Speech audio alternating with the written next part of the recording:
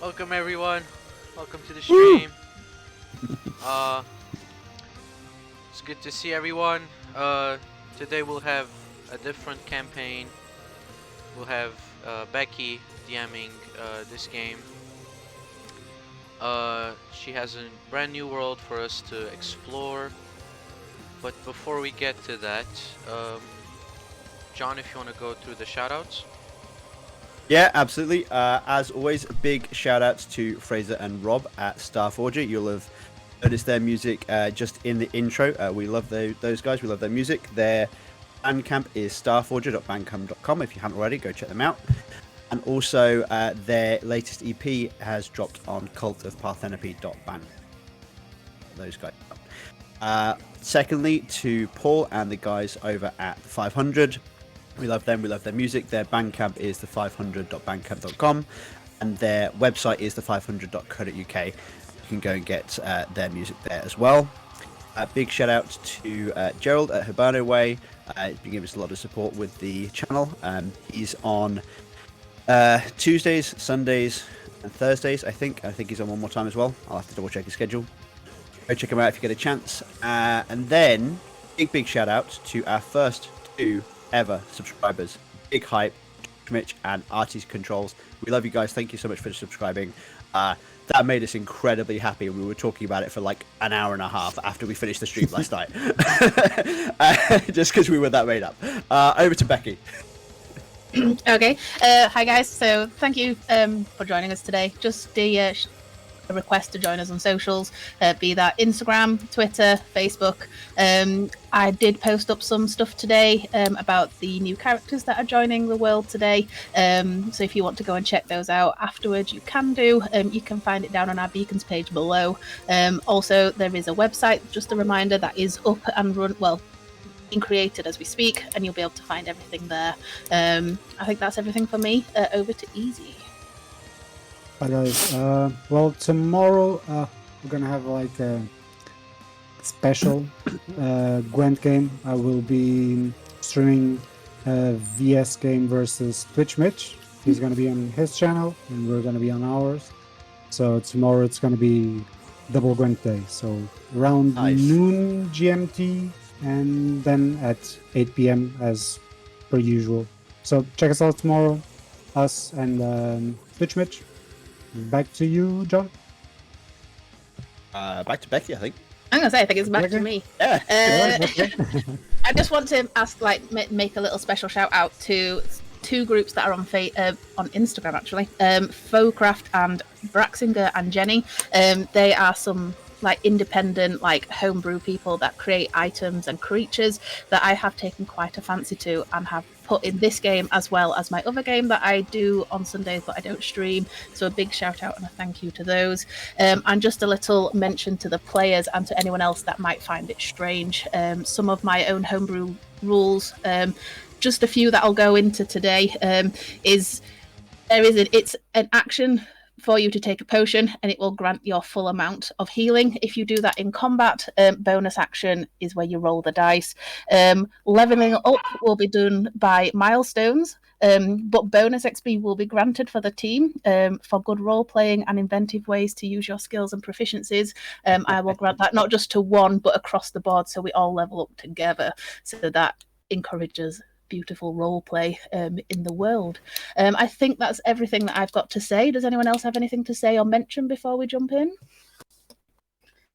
No? We're good. Perfect. We're good. Right then, just a thank you to these wonderful people that are also on the stream that are staying with me and jumping in this world. Just a thank you, especially to Jade, who has kind of been keeping me sane the past couple of days. You can't see her face, but she is in the corner, so thank you very much to that wonderful, beautiful lady over there. Okay then. So, right then. So, welcome to Navaria then. It's a continent in the world of I can't even pronounce my own word. Sigare, once a divided continent that was brought together several centuries ago during the Convergence threat, where three great titans were unleashed and began wreaking havoc upon the land. After their calamity, the elves, dwarves, and humans decided to live together rather than apart, as clearly a united front, they were stronger. Yet old habits do tend to die hard, and each race over the centuries have fallen back into distrust. The dwarves claim the northern territories in the mountains and the cold, where they thrive with their technology. The elves tended to prefer their forests and plains of the south, preferring to listen to the call of nature. Humans have claimed the Midlands, making do with what scraps were left, and acting as a barrier between the dwarves and the north. The dwarves of the north and elves of the south.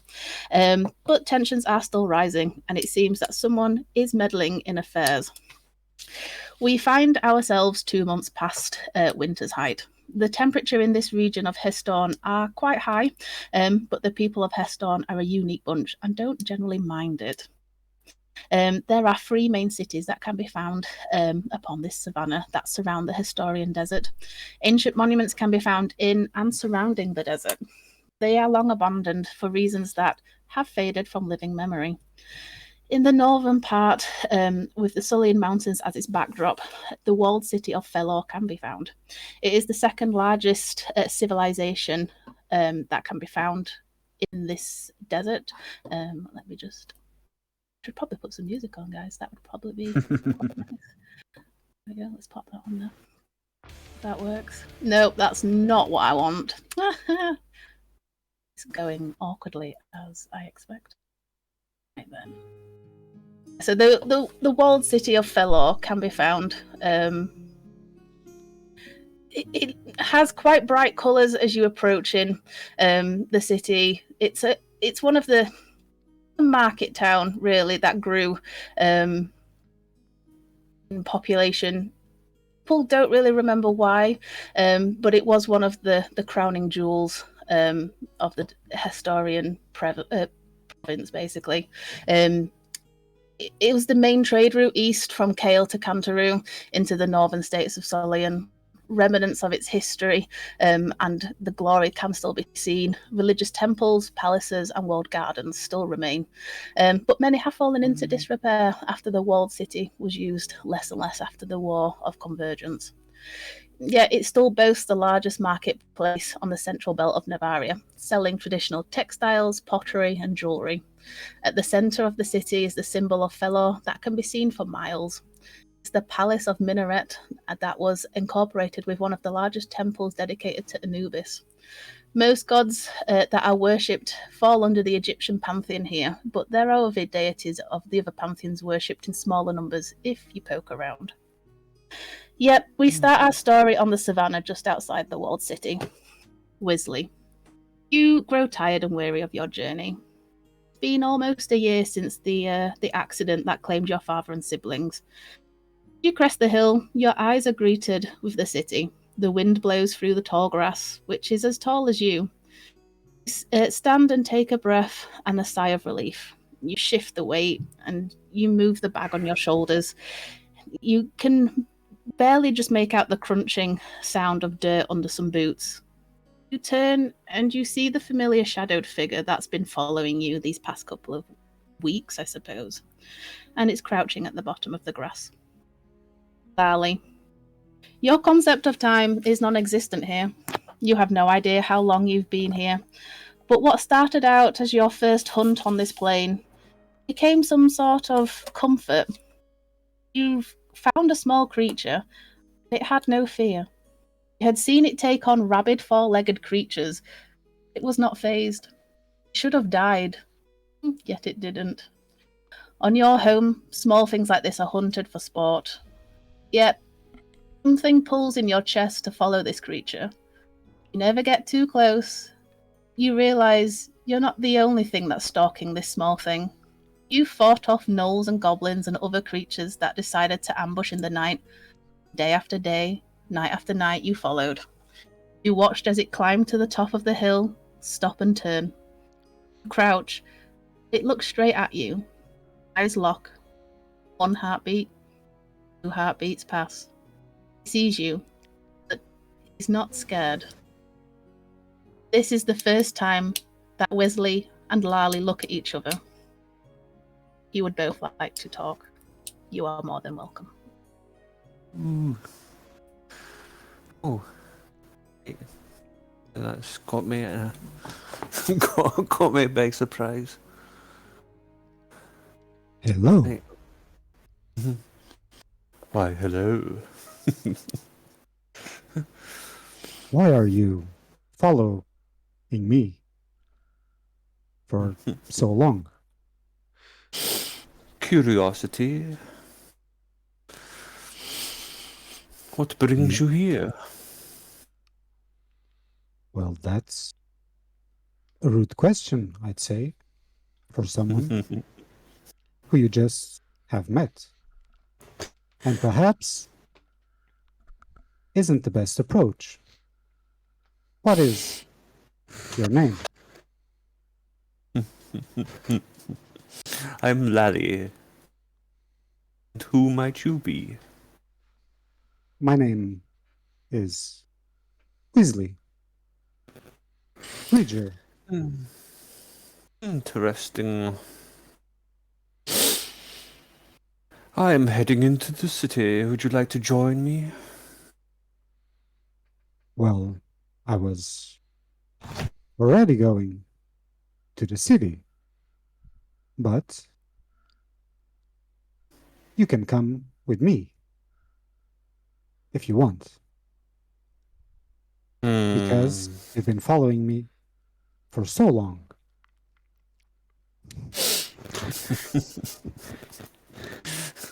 Okay, I'm gonna walk into the city.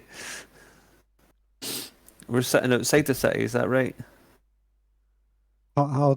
Question, how tall are you? 6, large human size, 6 foot ish, 6'7", I don't know, pretty tall. So I'm looking like this. Yeah. Mhm, mhm. Can you, what is your physical appearance? Oh, I am demonic looking, I guess is the best description. 6 foot-ish tall, dark red skin, horns, leathery bat wings folded up neatly underneath my cloak. You can see them. But very well dressed. Looking, I would say. Well, you'll see me.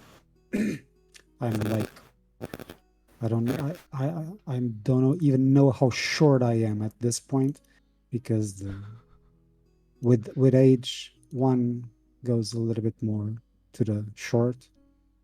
I'm like 3.5 feet high, so really small.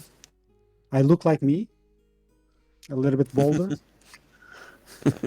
And you see just a paraphernalia of stuff, like bag, crossed bag, short bow, arrows. I look like a salesperson. I should say I don't look like me. I'm female. No beard. But yeah, and I'll follow Lolly with a safe distance. Yeah, I will try not to hit him with my tail. That's fine. So the pair of you start to walk down the hill. It is getting cooler. You can see some of the wind is blowing through the grass. It's like making it sway. You see some of the creatures, such as you'd know these as like zebra and general cattle that is kind of just being farmed around the savannah. It's kind of making its way closer to the walled city because it is safer there than anywhere else. It's whilst the sun is setting, it is still quite warm though. Even though it's cooler, it is still, you're sweating a little bit, Wesley. You know, you're carrying quite a heavy bag. You've walked miles and miles and miles, and you start to get to the bottom of the hill, and the pair of you kind of stop and just look around and you look at each other. I'd like you both to roll me a perception check. Ooh. Yeah, I don't think this works also with this character, but we'll give it a go. Nice.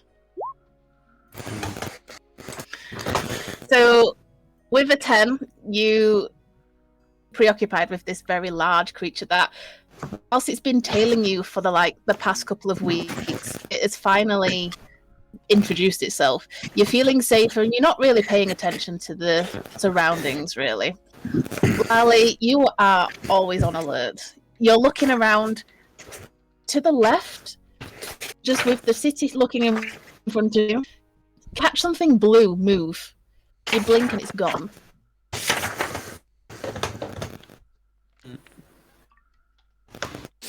Okay. Something big, something small.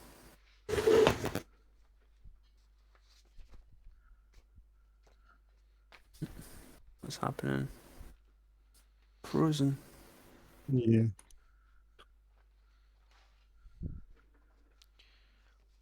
Oh. We lost our DM. Oh no. Oh boy. That's not good. Somebody's crackling as well. I think is the crackling me. Alright. It might be, yeah. Right, hang on. I'm not sure why it's doing that. Oh, it's disconnected. Easy is now our DM. Oh my. Everyone roll initiative. Oh! okay, I see how it is. Well, we'll just wait a bit for... Yeah, don't you love it when you have technology issues? That's fucking... Yes. I fucking hate my internet sometimes. I do apologise for my unprofessionalism there. God's sake, right. Oh, there we go. So, where did you hear up to? You asked how tall... I it asked was, if it was big or small. I think I asked. And I said that you couldn't quite make out how high it is, but you get it as it's not tiny, not compared to this small thing that's right next to you, but it's not bigger than you. You just saw it dart between the grasses and towards one of the trees on your left-hand side. Did I feel any threat from it? Roll an insight check. Inside I shit. Inside. There we go. Oh, shite. You're always feeling threatened. There's always something going on. That's a good point. So yeah, you're a little bit on edge. Okay. Shall kinda walk in that direction, but kinda. Is there quite a crowd? Did you say around about the place? So, we're out on the savannah, so we're out where there's only currently you and Wesley that you can see. You can see the city in front of you. You see houses outside the walled city, but yeah, you don't see any people. You just animals and like wildlife just milling around as the sun is setting, and it's just this color has caught your eye as you're walking. Okay, I shall just stay alert then. And walk slowly towards the entrance of the city, but keeping my eyes trained in the direction I saw the blue thing go. Blue thing. So you keep walking, about 10-15 minutes pass. You don't catch it again. It doesn't happen again. But you're getting closer towards the city. The sun is now starting to set, and you can start to hear the hustle and bustle of like the evening life settling in as you come towards the city. This is where we're going to pan over to one of our other characters, Venefica. You had spent the day lounging around the fountains in the Margate district, avoiding the midday sun. You'd been mulling over the words that he had said to you last night, and you decided a quick trip into the savannah was the best way to loosen up your muscles. After you've been resting for the last few days, you stretch, you move, you flex, and you kind of walk up to one of the stalls and you just take an apple. As you take the apple, memories of your fallen team start to flood your memory, and you almost feel sadness for a moment. You shake your head, you tighten everything up, and out you go. You weave in and out of the market stalls, and you leave the city, and you start to kick around in the dirt for a moment. Roll a d100 for me. Gotcha.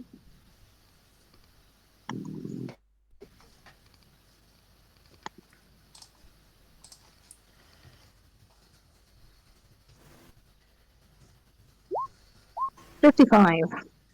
So you start poking around in the dirt. You look in. You crouch down. You look. Thought you see something moving. No, no, Kerrod. You get up. You start walking.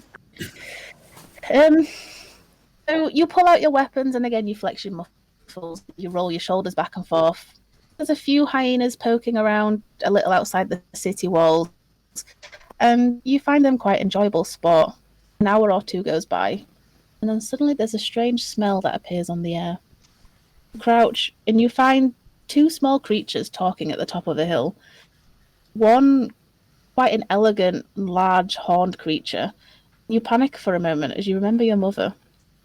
You shift and you kind of calm yourselves, and you decide that you need to investigate more.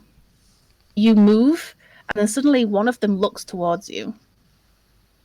You kind of crouch, and it almost looks like it's about to start moving towards you.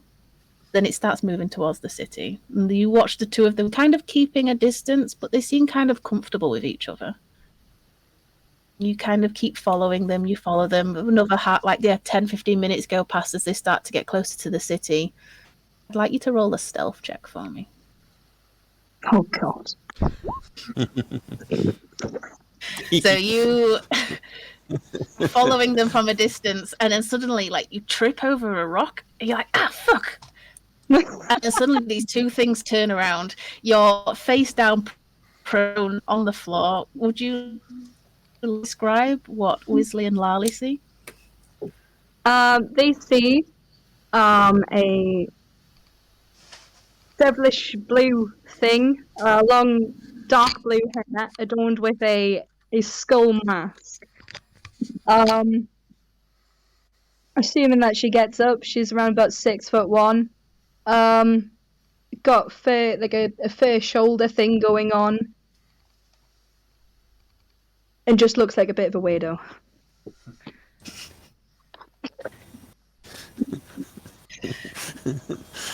Well, So, I suppose Lally, you line turn and you see this thing on the floor. What would you like to do? I will go. Are you are you okay down there? Can I help you up? My hand. I'm quite alright, cheers. And she rolls around rather than gets up. That looks like fun. Yes, it is very popular over here, you know? Okay. Does Weasley see her? We lost our DM, I think. Oh, we're having so many technical problems today. What is going on? I managed to fix my mic. It was a dodgy USB port. I think Becky is investing in a Wi-Fi extender, but it hasn't arrived yet. So We'll just change. hopefully either Sunday or Tuesday we should be back up and running with no technical glitches is the theory. Alright. Yeah. Ooh, nice BRB screen. I like it. So, I'll tell you what we'll do. While we're waiting for Becky, I think if Francisco and I describe our characters, does that work? I think she's gonna introduce us anyway, so maybe we should just wait. Okay. Then we We've got then we do we've it. got a be right back screen up just now anyway. So Yeah, we're waiting on her. Okay.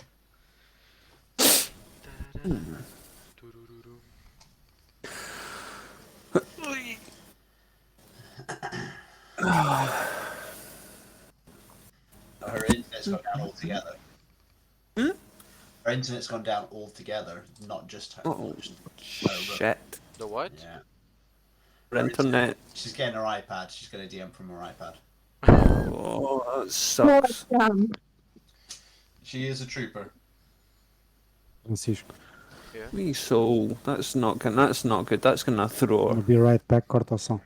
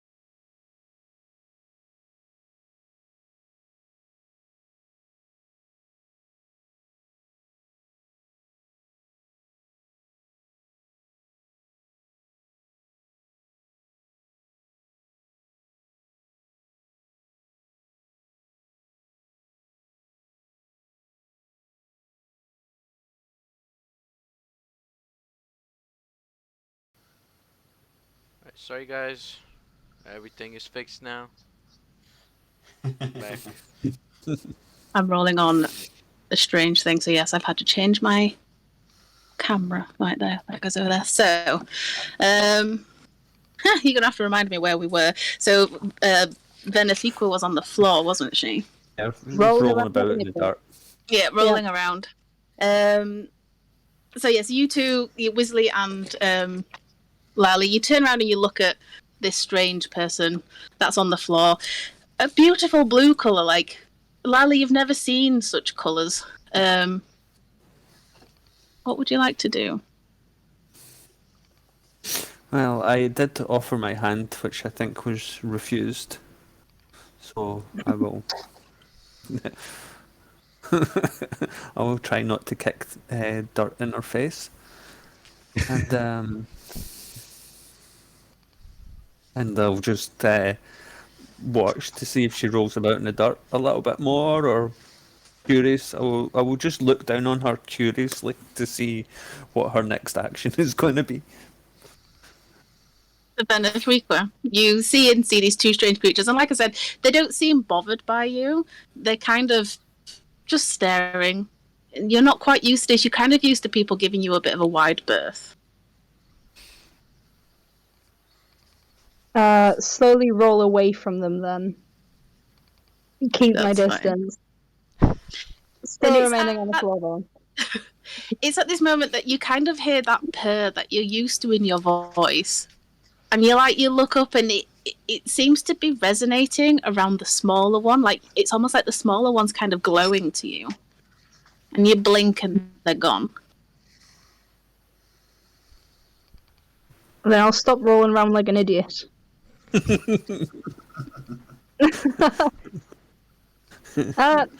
Small one. Hello. Yes. Small one. It has a name. It is Wisley. And your name is what? She jumps up and Venefiqua! Shit, didn't mean to jump up. Fuck. Venefiqua.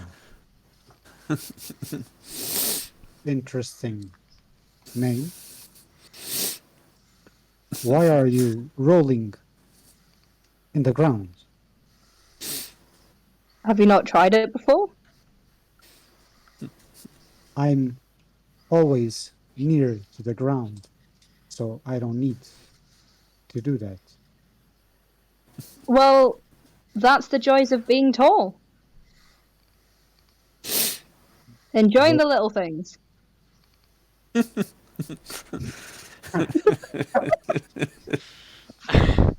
Wrong character. Fuck! Don't do that. Oh man. Yes, this is an in-joke we can't explain. Well, are you Not without getting going? back. Oh god. Okay. Are you planning on going to the city, or are you staying here a little bit I mean, more? I'll be going back eventually. Well, me and her Lolly, Lolly. I think. We are Lolly. going. Lolly. We are going to the city. Do you want to join us? Or not? Lollipop and little man. Yes. Wesley. Not little man. Gnome. Wesley, I'll. Yes, we will remember that. I mean, sure. Stretch my legs, roll in some dirt. Let's go. And we're going. Well, at least Wesley just starts walking at a quick pace because, well, small legs. I'll fall in behind them. I'd like all three of you to now make a perception check for me. Sure. It's as you kind of then if you gets up and Weasley starts to like quickly scurry towards the entrance of the city, and then you just kind of stop for a moment. There's something on the wind. Weasley, again, you're too busy. You're going forward. This is a strange day. What the hell is going on? But Lali and Verifequa, you kind of catch some kind of cries out on the wind. And you both kind of, again, you turn left towards where, as you've got closer to the city, it's kind of got a bit rockier and like there's still grass around, but there's kind of dirt, gravel and sand more towards the city. It looks like it's been walked on quite a lot. There's not much growth here. And you can kind of see something towards, like, moving to the left. It looks something quite tall, and there's something being chased. You look around, and no one else here seems to have realised. Like Weasley, he's still heading into the city. Do I notice that Benefica has noticed? You'd both, like, it's almost like you both look and turn at the same time. You kind of share a moment.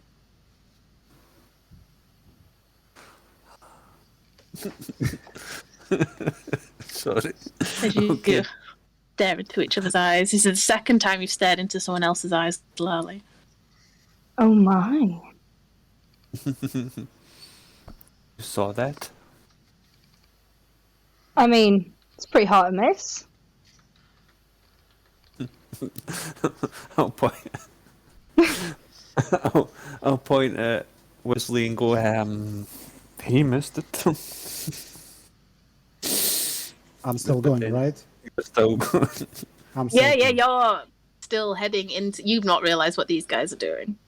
Weasley, it appears something's gone over your head again.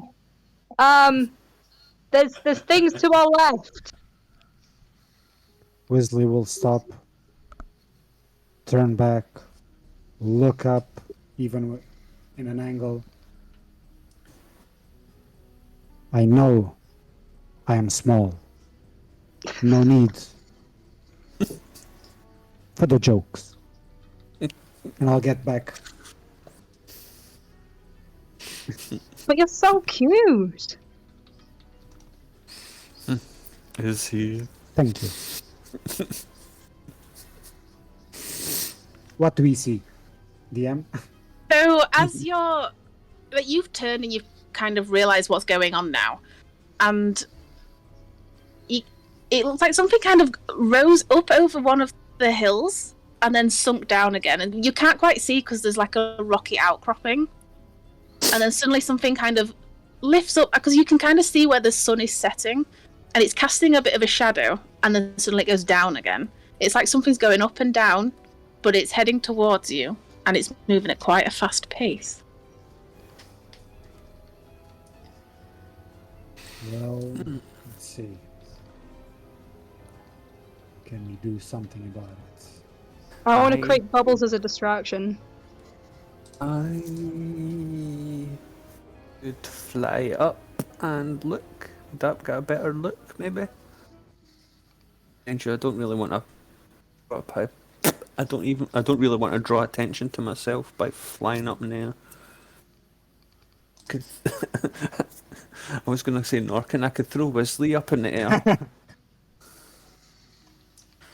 Well, let's see. Weasley will get out a torch from his bag and use his lighter to light it up and go like this. So you do that, and because you're quite close to the city, a lot of people suddenly turn and look at you as you just kind of hold this fucking beacon in the air, and like it's not really casting much light out onto the dune because obviously the sun is glaring at you. It's setting, So you just kind of stood in the middle of the street with these very two tall creatures next to you holding a torch aloft. You're kind of attracting a little bit of attention. Like some people like scurrying and talking to each other as they kind of walk off into the city. I'll scream.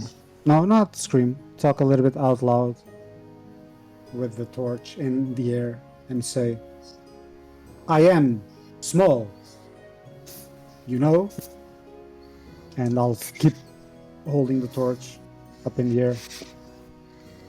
Like Are you moving? Or are you preemptive just measure. standing? You're just staying still. Holding an action. If something comes close, I'll bang it with the torch. So I would say you're holding your torch up in the air, and I would say you suddenly notice the things coming up over the hill, and then they disappear again. And as you kind of adjusting to the change in light, you realize that they're about 200, 300 feet away from you. It's not like they're close, but something keeps going up over the hill and then down, because the city is kind of raised a little bit, so you can kind of see down to it. I'll turn It's going... to Lolly and ask, do you see anything? Is it coming up and down through the grass? You said it's high. Did you say there was high grass? Is that right? There was high grass, but as you get towards the top of the hills, it's kind of more rocky.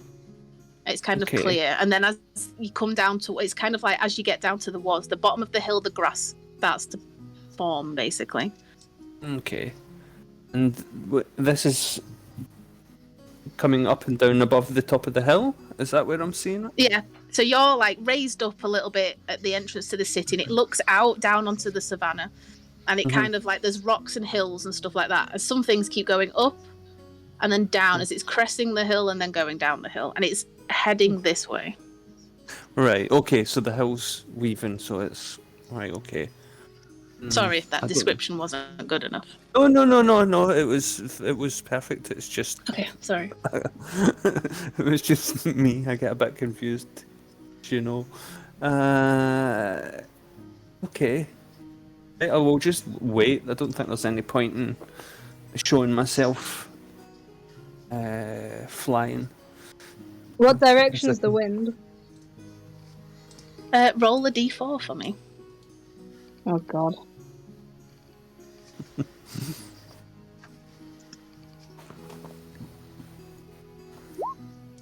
Oh. I would say it's kind of coming towards you.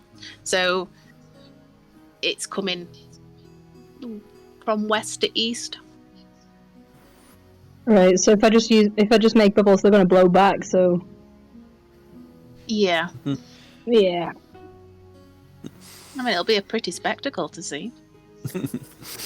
You know what, yeah, we stand our choice, pour out some water, shape of water, and turn them into bubbles.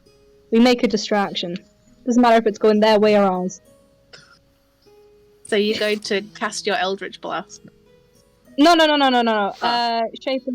Shape of water. Shape of water. Okay, so you cast the spell, and the bubbles start to come up and flutter in the air, and it's now like lots of people are suddenly staring at these three strange individuals. One stood holding a torch up high, one making bubbles, and one just kind of with wings attached to the back. Like, it's a very strange creature, Lally. No one here has seen anyone quite like that.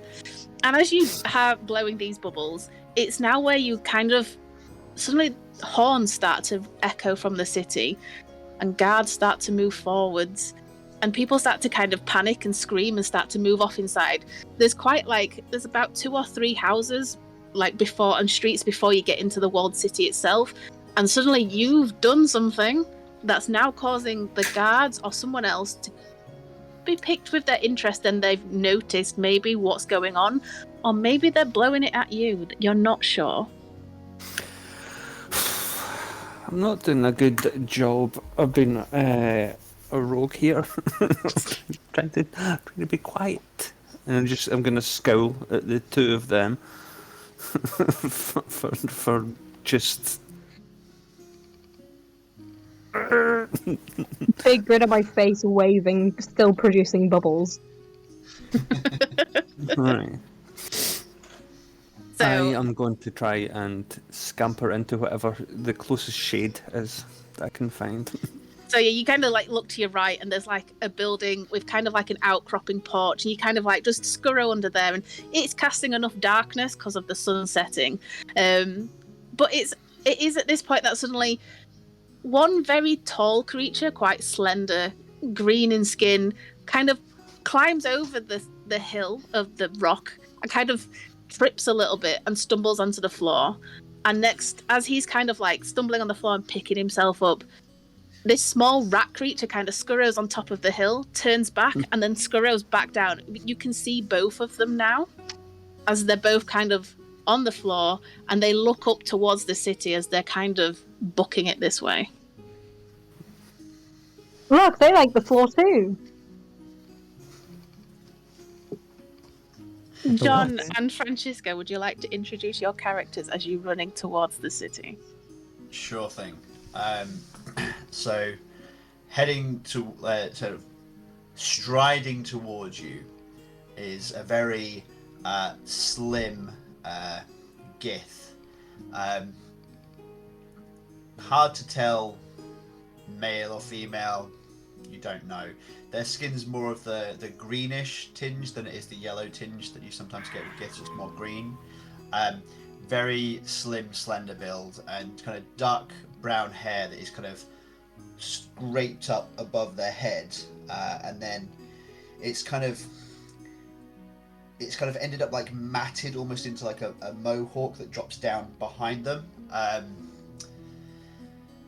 Their clothes, they're kind of wearing everyday travelers' clothes for the desert, like kind of a buff color robe, wraps over the shoulders, falls down to the knees, and then a brown fedora hat, not a trilby, like an Indiana Jones fedora hat, which is kind of very dusty and battered. At the waist, you can see kind of like a glint of a couple of daggers, and they have kind of quite a heavy-looking traveling pack on their back as well. And then, who's got the kind of highest passive perception? I've got 4 as my passive, so. I'll say that's the question, isn't it? Yeah. What's your passive perception? Let's have a look. Yeah, I was the It's guy. 12 is I was the- Weasley's. Yeah, I'm the guy who's missing all the perception. So We've got 10 with Venefiqua, and Lali 14? is 14, yeah. Okay. 14 So is that one. Lali would probably notice, just under the fedora, there's kind of like this very fine metal headband that kind of stops in the center and has just a jade gemstone just glinting just under the line of the fedora. Is it something I would recognise? Oh, at the risk of doing the DM's job for them, roll Arcana. That's fine, you do you.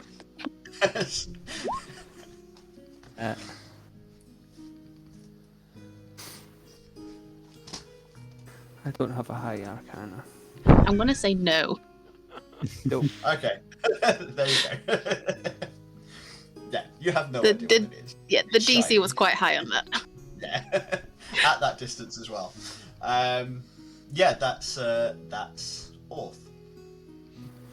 And Francisco, would you like to introduce your little creature? Okay, so you see like this rat guy just kind of just shaking a bit, his hands shake a bit. He's skittish, he's like looking everywhere. He has this green robe, this dark green robe on top of him. He's a bit of a humpback. He has back problems. He has a little bit of some spikes poking on his back, some like horns. It's not. They look horn-like, but they are coming from his back. He has this big book, like as a backpack on his back.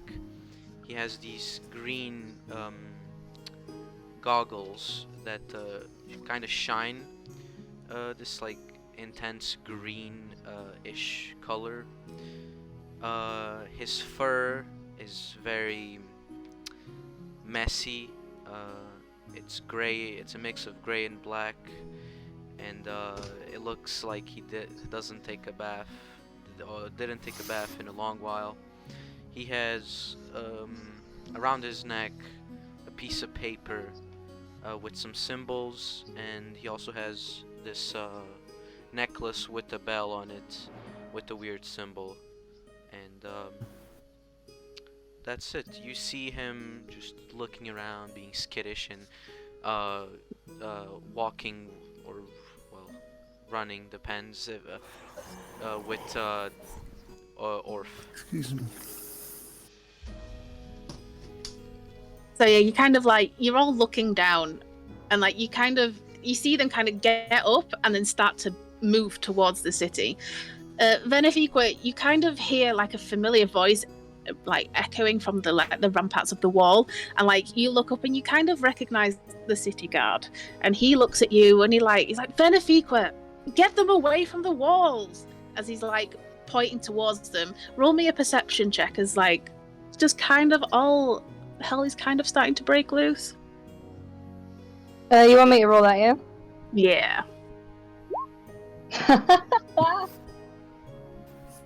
That's a 5. That's a 5. You kind of like, you look and you think that they must be talking about these two strange creatures that have just appeared. As like you kind of look back to the city, and like the gate is now beginning to like be lowered, like the portcullis, as you kind of see these kind of creatures, and they're starting to head towards you. What would you like to do? It's a good question. What would I like to do?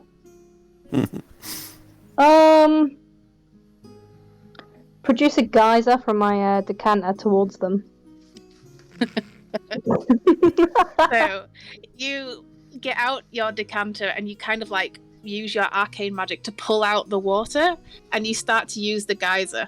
Can Orf and Sprink please roll me a dexterity saving throw, as suddenly you notice this massive gushing water just heading down the hill towards you. Ah, water. Oh yeah, we're giving him a bath. So dex save, right?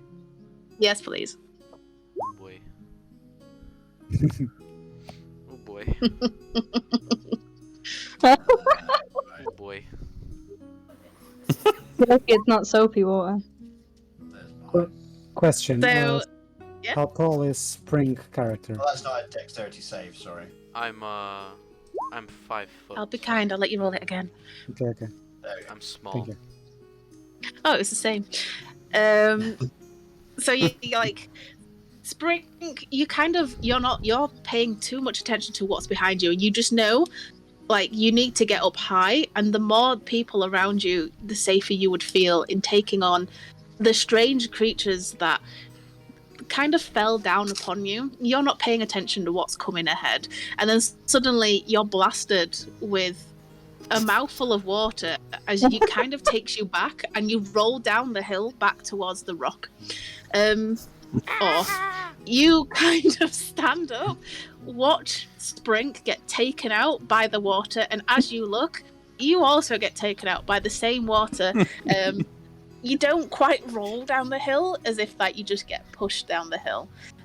You're both going to take 2 points of bludgeoning damage as the water hits you and knocks you backwards down the hill. Wow, we haven't even gone into an encounter and we're already taking damage. Hey, Benefico does what Benefico does, you know? Sprink will just get up and just start blasting eldritch blasts like everything. This is how we're gonna go. Perfect. Roll a perception check for me. Me? And I'm gonna say at disadvantage, yeah, because you've just your eyes are watery. You really don't like it. Okay, perception.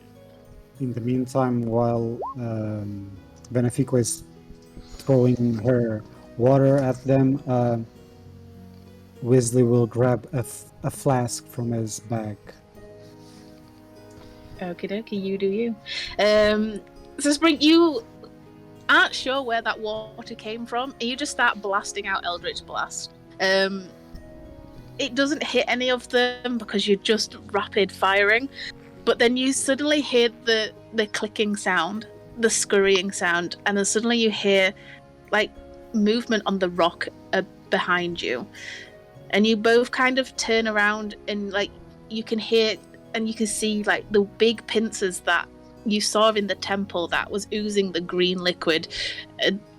Whilst poison doesn't affect you at all, you really didn't like how it tasted when you licked that leopard at all, and it kind of makes you panic a little bit as one of them just kind of crests on top of the hill and like looks down at you. And it's at this point now that you can actually see that this creature is quite a giant spider, and it's kind of desert-like, it's sandy, and on its back is like some kind of humanoid, but it looks almost dead. What would you like to do? Ah, fuck you! And he's gonna Eldritch Blast on the head of the creature. That's fine. That's in the back of the spider. That's fine. Yeah, you can roll your attack. So, Okay. Francesco, you've probably seen this map already because I created it. No, I didn't. Let me just see something. So, antagonizing. Okay. More damage. Let's go, Eldritch Blast. Well, that's the wrong thing, isn't it? Wait. It doesn't pop up the thing. You have to roll.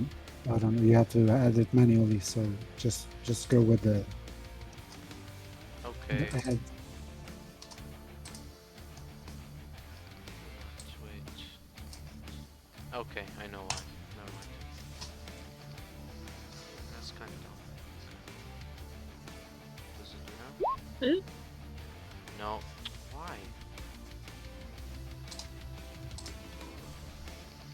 It's cool, man. Don't worry about it. Come At least your internet's staying together. Mine can't, so... Okay, so I roll 1d10. 1d10 plus 4. Oh. I first need you to roll a d20 Okay. for your attack. 20 plus nothing. It's your charisma and... That's plus 4 as well.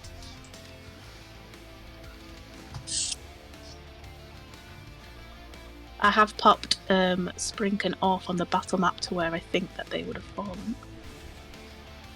Okay. So 11 damage if that hits, and 16 to hit. You say it's 1d10 or 2d10 to 1d10. for your damage? 1d10. Does it not go Let's go. 5th level? You get 2 beams, right? That's fine. Yeah, 1d10.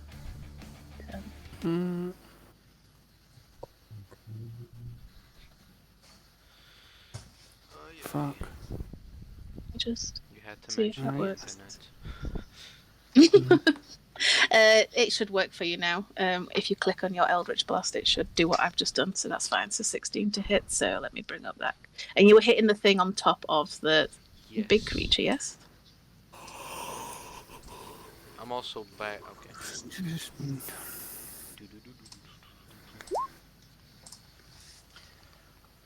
This is really weird clicking Roll20 and not having any sound. Like, this is strange.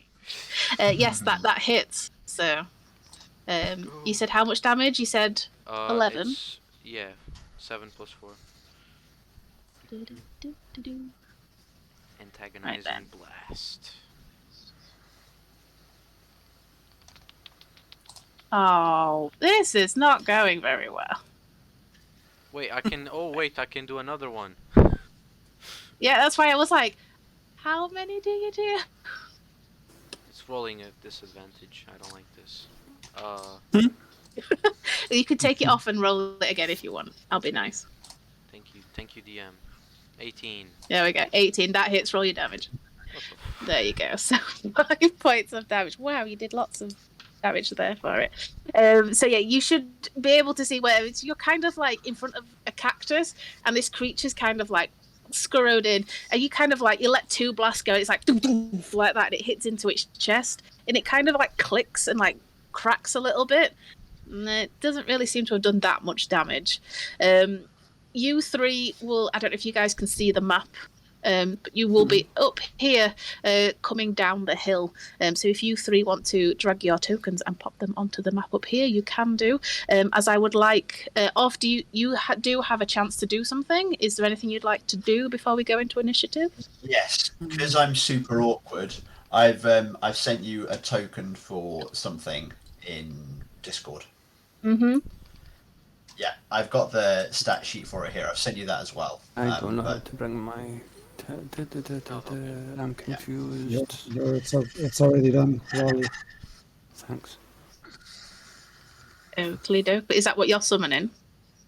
That is what I'm summoning, yeah. That's fine. That's fine. So, Orth kind of whirls round in this blaze of robes, takes kind of an amulet from at his chest, and as he starts kind of like striding backwards, muttering some dark words into it, Sprink kind of notices this deep bluish purple flash in Orth's eyes as all of a sudden, oh, it'll be there in a second. Oh, there it is. I'll wait for the token. It's going. Sorry. Yeah, no worries. Yeah, so Orth's going to make his way back. Why can't I drag Orth? I can't select Orth. Okay, bear with me. Is it No because I worries. put you on there? Oh god, it's this is why I got sad yesterday. There we go, controlled by. Oh, wow! There you go. You should be able to do it now. There we go. Yeah. So Orth kind of ducks back behind the boulder, and then kind of you start to see this kind of the cracks appear in the ground, and the earth starts to buckle and break up, and this hideous creature starts to emerge. First, one leg kind of flops out onto the earth, and it's kind of got like this deep blood red, almost like a frog foot with 3 very delicate toes, and then another, and before you know it, 6 of these legs have kind of spider legged themselves out, and it pulls the bulk of its body up out of the hole, and the first thing you see is this kind of bat-like nose and ears, no eyes, but some very sharp looking fangs underneath, and then slowly the rest of the body comes out, and it looks like this kind of giant matted hair ball of grey, dark charcoal grey fluff. And what comes out of the ground is something called a womp. That's a great description. Lally will go, Mother? Is that you? Roll an insight check for me. What is that? Yeah, Lally, roll an insight check. No, Look at this thing. You almost think, oh my god, mother, but then suddenly you blink and you're like, oh, just a dream, and you know it's not your mother. So the resemblance is uncanny. So you see this weird thing come out, and it's now next to Sprink as this spider kind of like clicks and looks and kind of like chatters its pincers towards it, and the creature that's on top of its back kind of like almost pulls it towards to like look at it, and it like lets out this kind of noise as it like echoes off the rock and the like foliage around the area, and then suddenly you do hear more clicking and scraping as something else is behind these rocks and is heading up and over. You can all now roll initiative for me, please. If you would also like to click your tokens, I'm going to do the thing today. Bam. Oh, that one for initiative. I've got Okay. two things, Becky, that I've just realised. Uh-huh. One is that because this is a new thing that I'm not used to using, I can't actually move when I summon for that turn. That's I fine. lose everything. Yeah, so I've moved myself Okay. back. And also, That's cool. you know when you gave me control of the token, I Mhm. now can't open my character sheet. Just reload Oh the page. God. Yeah. Try to reload the page. I will. If anything could go wrong on your first stream, this is 101. Yeah. It's fine. Let's have a look. I'm getting so confused. But that's There we kinda go. not- Right. We're in founded. Initiative. There we go. Follow. Ooh, Roll I it. rolled well on initiative. I wanted And then- to send the result of this roll to the turn tracker, but no valid token was selected. The fuck? Well, Didn't Oh, you do If have that. you to click on- your yeah. token first. I did.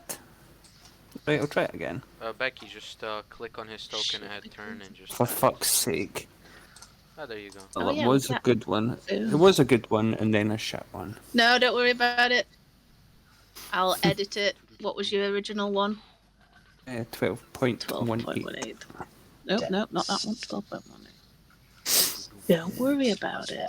Right, let's roll for these motherfuckers. Well, you I'm still I'm gonna have run the- away anyway. I'm rolling for my womp.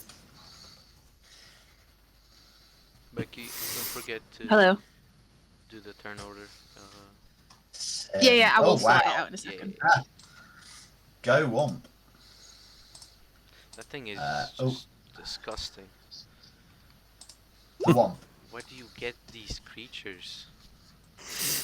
Can I point something out, Francisco? Uh This is just the shit I do as a player. huh. Okay. Okay. Guys, Bakura isn't dead. I know the shit that he pulls. I'm worried, you know? It's fine. We got the God Yeah. Squad ambulance. That's true. Oh, God dang it. Come here. Right. It's a bloody mummy. Yeah. Oh god. Ah! I just knocked my fucking iPad off the thing. There we go. Don't do that. Okay. Over there, you. Uh-huh.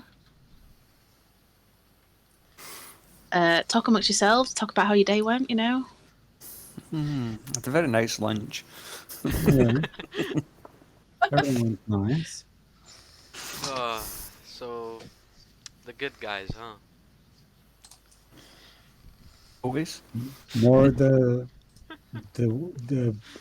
weirdo bunch. The No, weirdo. no. We're The good troop. people.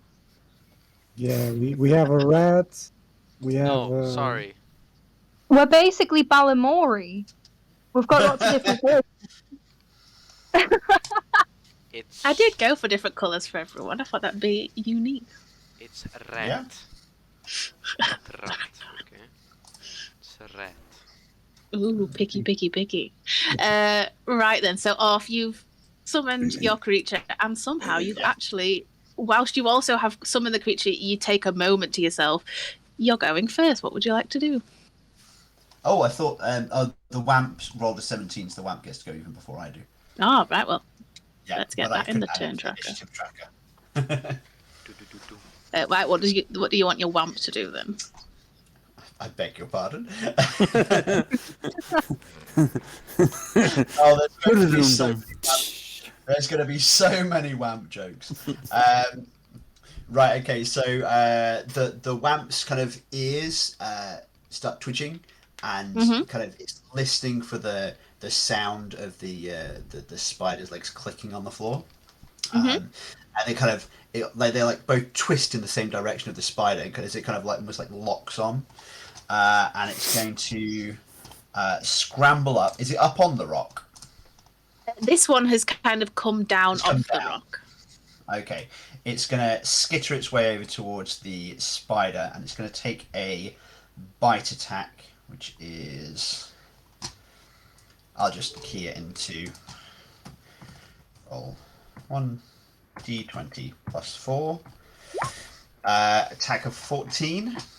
That just, it's as you kind of see the creature, it comes up and it like goes to bite and the spider moves, but the womp is just too quick and manages to like clamp on. Roll your damage. Excellent. Right, can the spider roll a DC 11 saving throw? What type of saving throw? Constitution, sorry. Constitution. Ooh, it just makes it. Oh, lucky. The spider's not getting a disease then. Nice. Yeah. Oh. Roll d4 plus 2. 9 points of piercing damage. Okay. As it just kind of grabs onto the leg and sits there, like, savaging back and forth, like an angry puppy. And then, Orth is going to...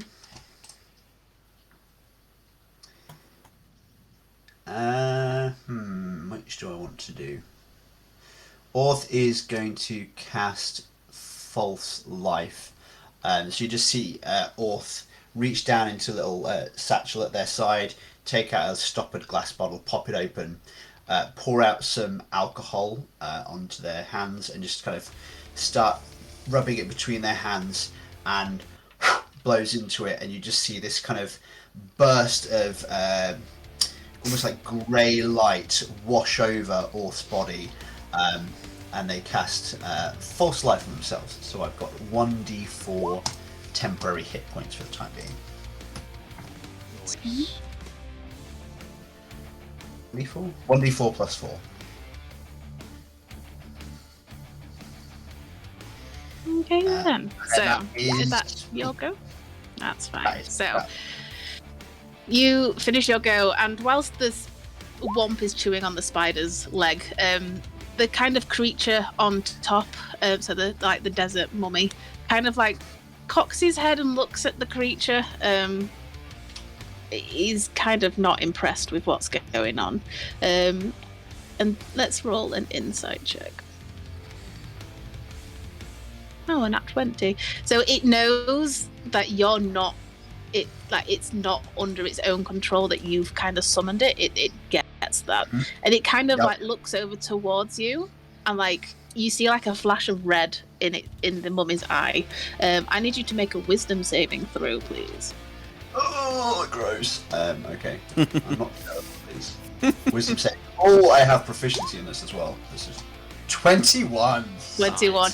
So you kind of feel like this aura and pulse kind of like set into your soul, and you steel yourself for a moment as you kind of fill yourself with that false life, and you kind of almost feel your muscles and bones starting to like tense up, and you kind of, a panic comes over you, but you're okay. No, you still your mind. You ain't gonna let this creature fuck you over. Yeah, you're okay. It currently can't move because it's still on top of the spider, so that's going to end its... Oh, go on. Just for future reference, Mm-hmm. is it for being charmed or frightened? No, Okay. I have something for that, but no, it doesn't matter. that's fine. Okay. It was for something else. I mean, frightening is part Yeah, of you don't, what don't it tell me, was, don't tell me, don't tell me. but Yeah. it's not fully. That ends its turn. Lally, it's your go. Okay. Right. I don't have any distance things, so I will.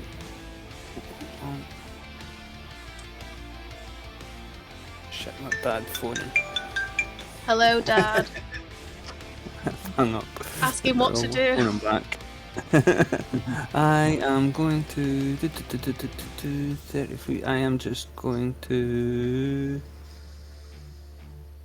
move to. Oh fuck. Here. And secrete myself amongst the bushes. Secrete, perfect. Would you like to roll a stealth check and see if you vanish into the bushes? Yes, please. You kind of crouch down and you pull some of the leaves up over your face. You don't think they've heard you. You feel adequately stealthed for now. Anything else you'd like to do? No, that shall do me just now. I shall Perfect. just hide there. So it's the spider's turn, and so Orphan Sprink, you can hear this weird like clicking sound, as like its jaws like chattering together, and it kind of turns towards the womp, and it kind of tries to shake it off, but obviously it's still biting down. And as the womp lets go, it kind of like turns around with its like 2 feet more, as you know, Matt Mercer would say, and goes to bite down. It's going to bite the womp. Does a 16 hit the womp?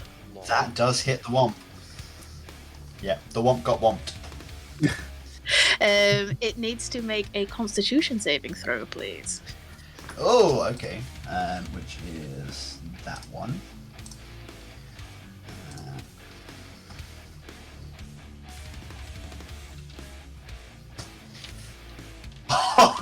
First crit of the campaign.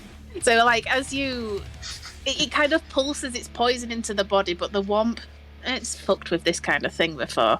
It's not interested. It shakes it off. It's fine.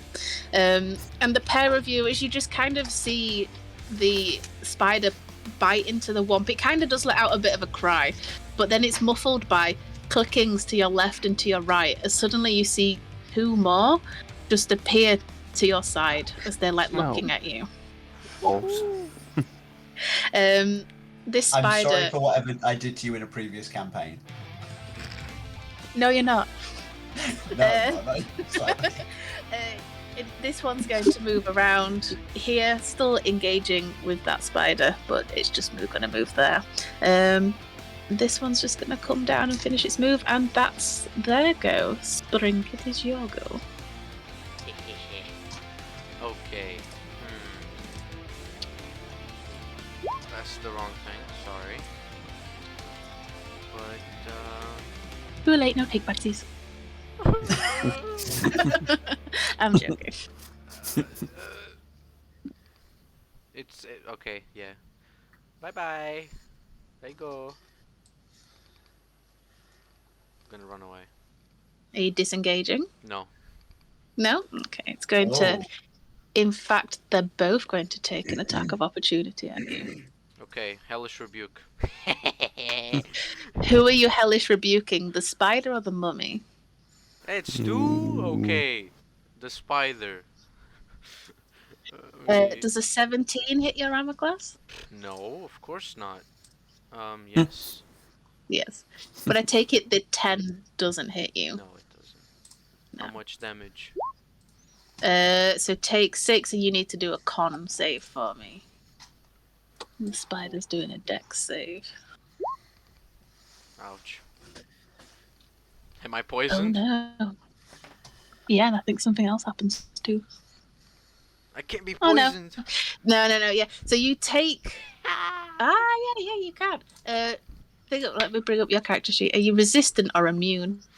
I think it's resistant, so I take half the damage, You take half. unfortunately. Yeah, so you would take 7 points of poison damage as it kind of bites into your back as you kind of let go, and it hurts, but you keep going and like hightail it over the fucking rock.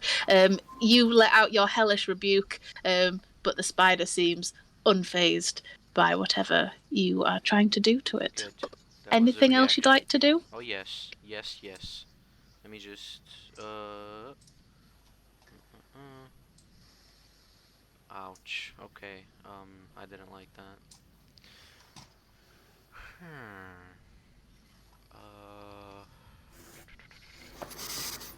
Why not?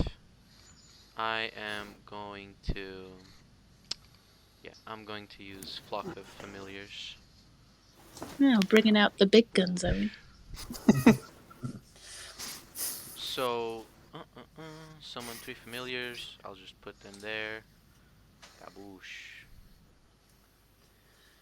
You see these smelly dogs with like full of like wounds in their backs and their whole bodies, and their fur is kind of like falling off, and they have like these red eyes, and they just spawn out of nowhere almost.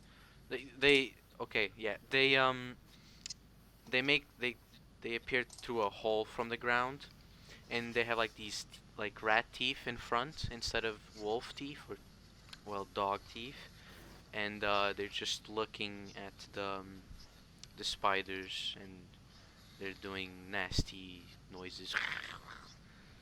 um, Oh. can I attack with them already? I think I have to roll for them, don't I? Yeah, you can roll for them. Just click one and put them in the tracker. Okay.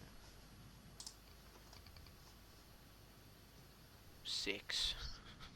So they're after me. Good. Let me just send it up.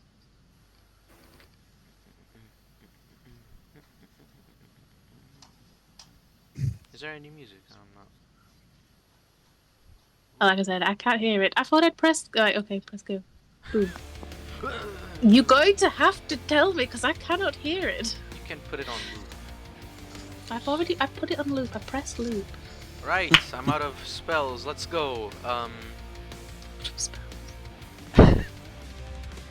Not out of spells, but you know. Is that it? That you'll go? We're going for the dogs now? Can I use a cantrip? Yeah, I would say you can cast a spell, and the only other spell you can cast is a bonus action. Oh, then no. Yeah. Where? Ooh. I have a lot of cantrips. They're all actions. Yeah, they're all actions. That's my turn. Okay. It's your rabid dogs as they kind of come out of the hole of the ground and like they're kind of dripping, disgusting, and they kind of all like look at each other and they're kind of like snapping at each other as they kind of like been summoned forth and like to whatever hellscape plane they've come to. What would you like them to do? So the dogs hear this command in their mind: attack Doxis. And this one is going to go over here. Yeah, over here. This one is going to go over here. This one over here. This boy right here.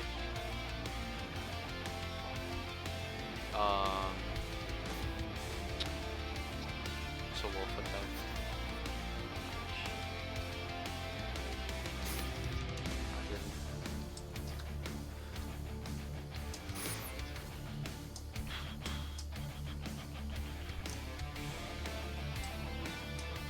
So, okay. Hmm. He is going to attack.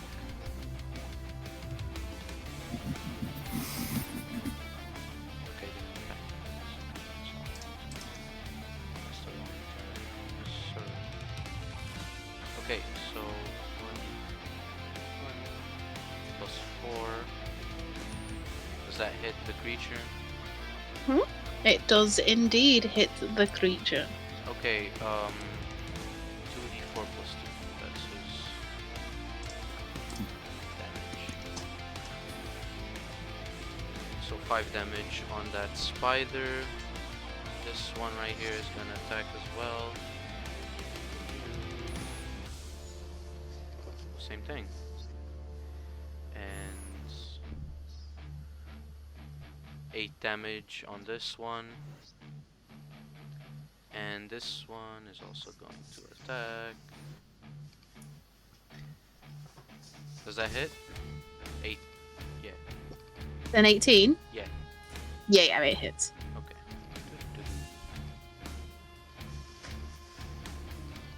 So 7 damage on this one. Okay, that's fine. So yeah, like as you command them, they all kind of like clomp down, and the spiders kind of coil back as they kind of like bite down, and they kind of like shake them off. Like it hurt them, but they're not bleeding. They're kind of just they're still ready to fight as they're clicking away, and kind of like they're all 8 individual appendages are moving of their own accord, and they're getting ready what looks like to charge forward as the riders kind of hold them in. Anything else that they would like to do? No, they're gonna stay there. That's cool. Benefiqua, it is your go. I'm gonna pull out my crossbow and hit the furthest one on the left. Just gotta do so twice. An 18. Oh god, I'm in the wrong layer. This guy? Or this guy? No, the one to the left of him. This one. Yeah, that one. Okay, yeah, an 18 hits. Are you going the for one the furthest to spider the or are left, you going for the guy? Spider. Spider. Yep, that definitely hits. I don't want to be that guy. I've been a good Oh, guy then this time. Yeah. It's just outside of your short range, which means it'd be at disadvantage. DM, Oh, Well, roll again. roll. Yes, I forgot. good little rat. Go on. If the target is a creature, it Yeah. must succeed a DC 11 strength saving throw or be knocked prone. Okay. 3 goes. Right, for the first one at the top, so that's... I'm gonna go 1, 2, and 3. So, first one's fine. Second one, fine. Third one, fine. They're okay. Fuck. Yeah, so your crossbow goes flying, kind of soaring over the rock that Sprink has just kind of like sprawled behind as it kind of just whistles past him at that last moment. And it kind of sinks into the spider in its like one of its shoulders as the dog bites the other side. And it kind of like staggers back on the rock a little bit, but kind of like pulls itself forward. Anything else you'd like to do? Shoot the one on the far right. Okay, go for it. The spider or the mummy? Spider. The spider. 16. Yeah, that hits. Yep, as it kind of like clunks into like I'd say it's like abdomen, as it takes 6 damage. And nothing else I want to do. No. I think. That's fine. And little Nomi guy who I don't know if you're still holding up your torch in the air, but you weren't really sure what was going on. You just kind of wanted to go into the city.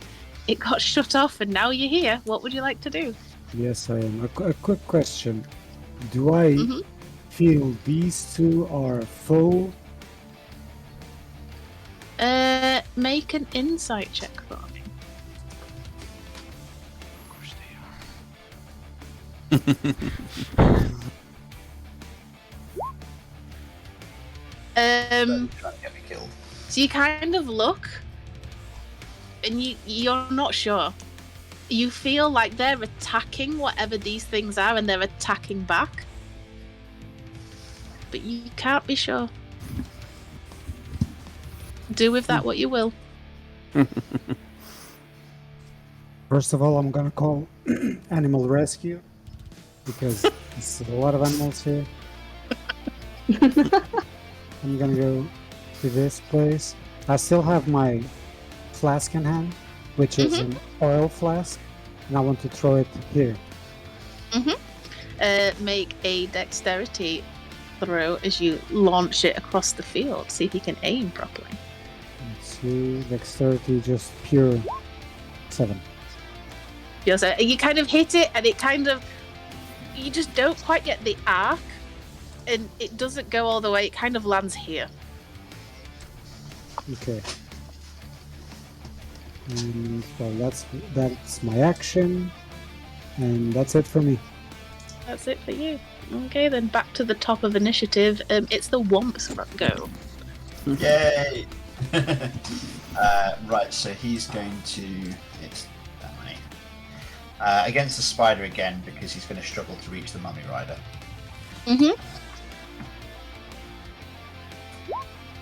An 18. Yeah, that hits. Yeah, and he needs to take 2d4 plus 2, and he needs to roll a DC check again. I think.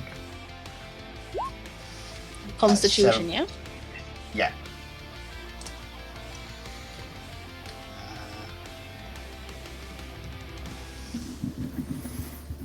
Do-do-do-do. 14. Passes, yeah, he's fine. Yeah, it kind of like shakes it off. And it's not paying really attention to it. It's kind of smaller. It's more interested in the green creature and the wolf dog thing that's kind of just suddenly appeared. It's not really interested in what's going on behind it. Anything else you'd like to do? That's it for the Womp. I think I'm next up in order. And I have just had to do a lot of checks on what I'm about to do. I've had to check up 2 separate rulings. I'm going to use my action to cast invisibility. Okay. So you kind of like... Okay, so take this. You guys wouldn't be able to see exactly what's in it, but this kind of clear nugget of something, and I kind of press it against my head, whisper a few words, and then grab the little thing that I'm holding, and just bang, blink out of existence. So I am. Oh, I can't right click now. Oh, that's why I'm on the wrong thing. What's invisibility? Ninja. And I check the ruling on this. Opportunity attacks are only against a creature you can see, so I'm going to use that to step over behind the rock. No, that's fine. I would have had them roll an insight check anyway, but if that's what the spell or the ruling says, then that's absolutely fine. Anything else you'd like to do? Second, guys. That's fine. Yeah. That's you. Right then. So, this creature, the mummy on top of this creature is kind of annoyed at this dog, so it's going to swing its sword at it. Does a 12 hit the dog? Fails. And it's going to swing again. Does a 16 hit the dog? Yeah. Cool. Eating over there. It takes 16 bludgeoning damage as it kind of brings this blunt end, like it looks like a massive sword, but it's not got a sharp point to it. It brings it down and kind of like hits it on the side of its shoulder on its flank. This one's going to attack. Oh, it's gone. Okay. Not much hit points, I see. Oh god, where? It's going to.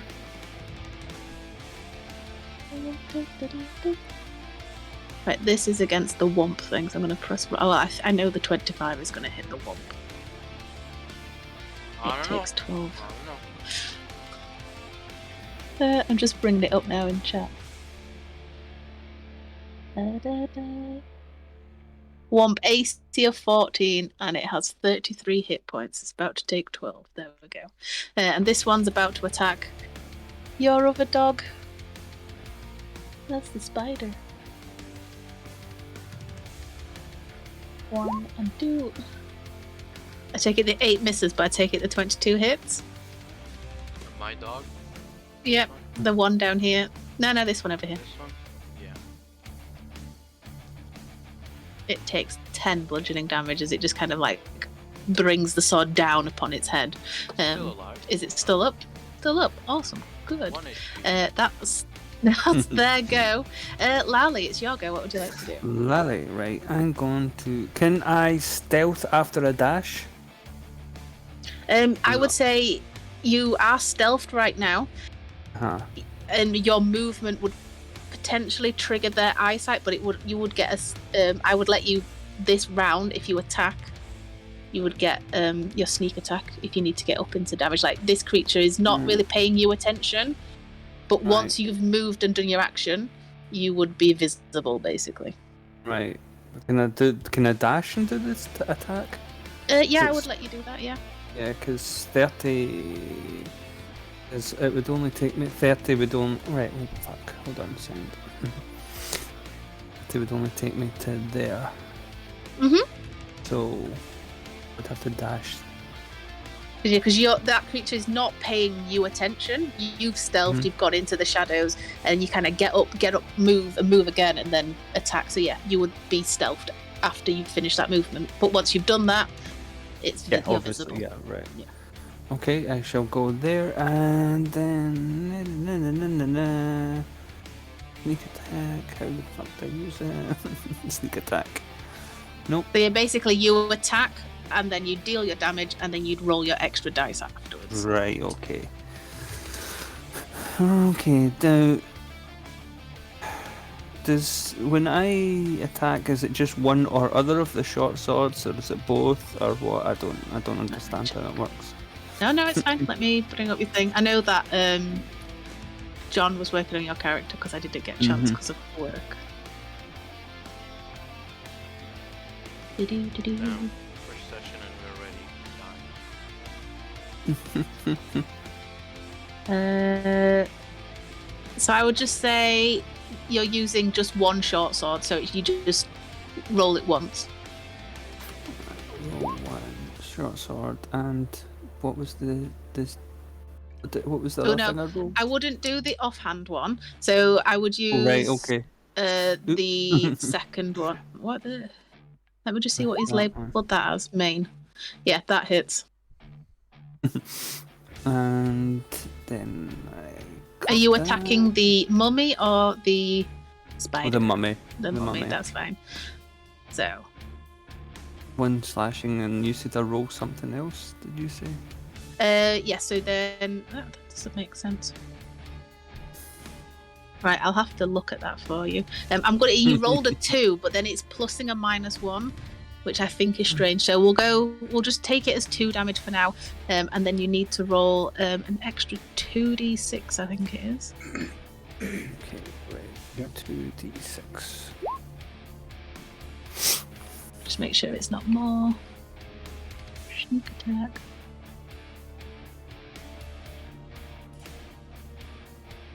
Yeah, it's a 2d6, that's fine. So it takes, in total, 6 damage, the mummy. Wow. It kind of like, yeah, you kind of appear out of nowhere as like a shadow and kind of like jump up a little bit and like stab it. And the mummy like snaps its head towards you, and you can see that there's no flesh left on this body at all. It's all just bone and kind of like cartilage and ligaments, the only thing that's kind of holding the body together. It's missing some teeth. There's like a crack down its like face from the eye socket downwards. It's not weathered well as this mummy at all, as it kind of snaps itself towards you. And that's, yeah, everything that you can do. It is indeed. I've got... Yeah, it's disgusting. It's now the spider's goes. So the spider's going to kind of, after the mummy has finished dealing with the dog, the spider kind of like uses its legs to like look at you, and it's going to bite into you. Does a 20 hit Lally? Yes, it does. I would like you to make a Constitution saving throw. Go on, Francisco, what are you saying? What?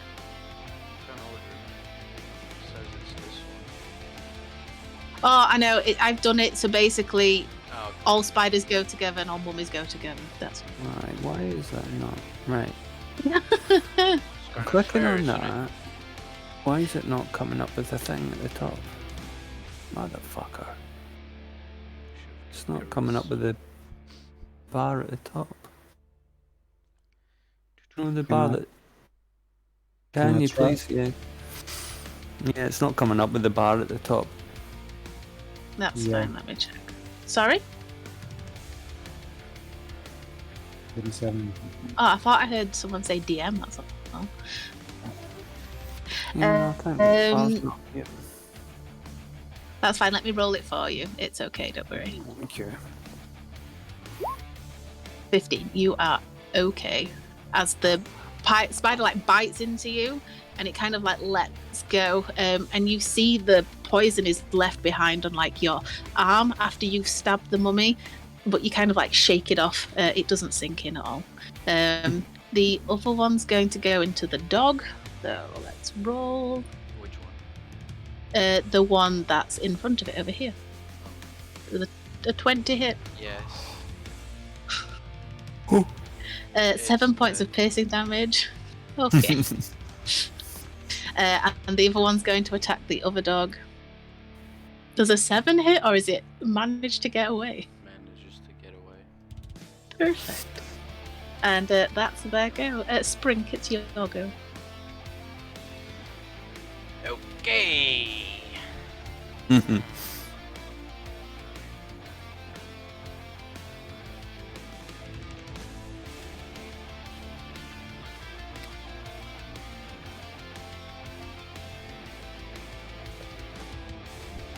what I can do the best. Actually, they're fucking spiders.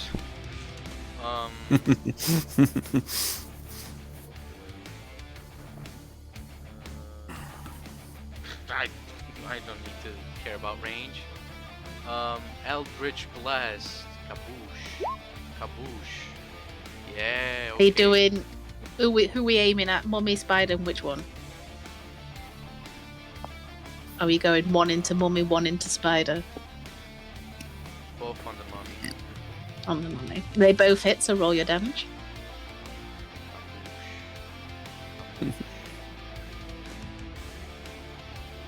Ah! So that's okay. 24 damage.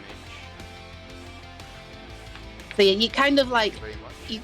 you hold your hand, like your little paw up, and these two blasts go flying, like spin around each other. They kind of like sink into the mummy's armor plate, and it kind of like almost loses its sitting in the saddle, and it kind of pulls itself back up, and you see it's lost, like that some of the ribs are cracked. It's like part of its arms missing, jaw has come off. It's not looking very good right now. Fuck Anything else you'd like to do? No. No. Perfect. It's your dog's turn. Your one remaining dog. He is going to bite. I think that does not hit the spider. No, it does not hit the spider. It kind of like lunges at it, and the spider just moves its leg, and then moves it back. It's not bothered. As your dog kind of barks and bites around it. Anything else it'd like to do?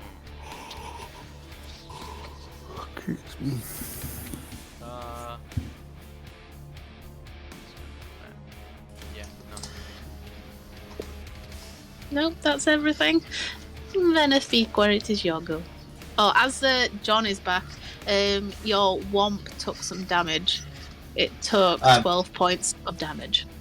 Yes, I was posting in the chat, kind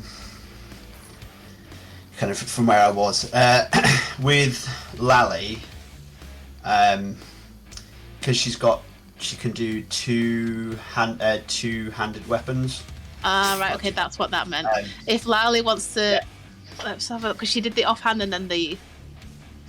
Yeah, she Does gets the to do offhand- both. Yeah, that's fine. Yeah. So the offhand second wouldn't one have is as hit. a bonus action. Okay, it wouldn't have hit anyway. Oh, she's Oh. used her bonus action to dash. Oh right, didn't realise that. Yeah, then Yeah, there we go. That's fine. No, that's fine. Mr. Rules Lawyer. Benefiqua, I am sorry to have disturbed Oh, your turn. Go for it. cut me deep.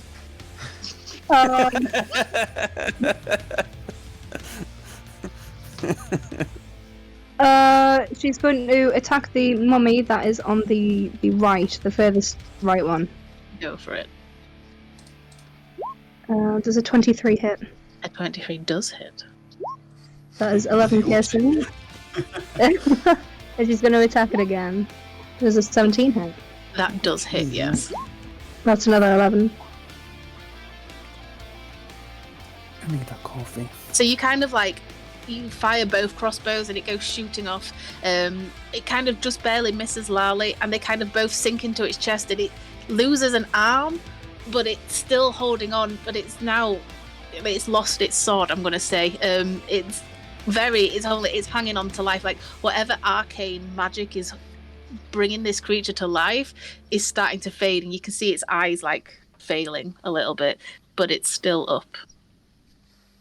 Anything else you'd like to do? Not right now, thank you. No, that's fine. Mr. Weasley, go for it. Better attack. Mr. Weasley, you're ratty. Yo! After watching the little rat shooting some things out of his hands, paws, Weasley will hit the middle mummy. Mhm. I'm gonna firebolt him. That hits. And Ooh. so just yeah. So you release your fireball, and it kind of sinks into its chest, and the mummy lets out a scream, and it kind of echoes and echoes, and the dog that's in front of it kind of like crouches a little bit as it wasn't expecting a scream, and you see that fire probably did more damage than you were expecting. Question. Mhm. A flammable object hit by this spell ignites if it isn't being worn or carried. Mm-hmm. Does something starts burning there or not? No. Oh, that's my go. The armor that it's got on, it doesn't look like fabric. It looks like either metal or stone or something like that, but it doesn't catch fire. I'll just move. I'll move here just for the time being, and that's my go. That's fine. Womp, go for it. Womp womp womp. So to hit, we have an 18. Are we hitting Spider again? Yes. Yeah, that Like- hits. The Womp is acting like a really angry puppy that's just grabbing onto like somebody's the hem of somebody's trousers and just kind of like tearing away at it. But instead of the trouser leg, it's like just the spider leg is just like waving back and forth really rapidly. But yeah, that it has purchased onto it. 8 points of piercing damage and a DC 11 con save from the spider. 14 again. Passes again. Right. Going to Orth's turn. Orth presses themselves into the rock and kind of these, you can't see them, but these kind of long green fingers kind of like spread out, feeling the rock around it, and just they concentrate and again open their eyes, that again blue purplish flash in their eyes, and summon another Womp, please. Could I have another token, Becky? You could just drag another one on if I don't know. Oh wait, yeah, sorry, I can. No, that's fine. I was like, I could do it again, but that's in that fine. case, I will put them between me because that's the kind of character that Orth is, and I'll roll them initiative.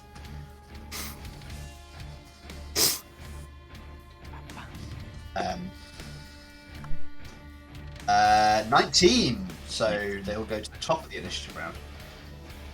I feel like we're in Tatooine here.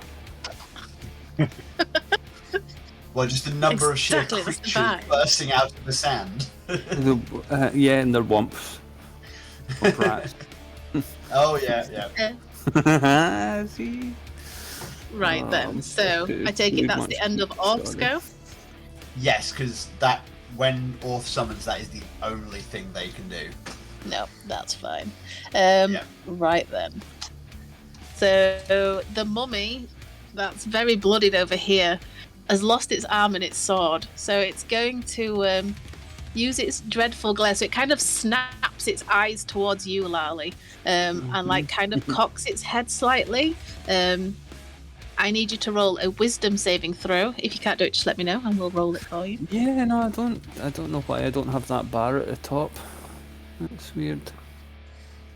Oh, I Because I'm- don't. Yeah, I haven't set it up like that. I'm sorry.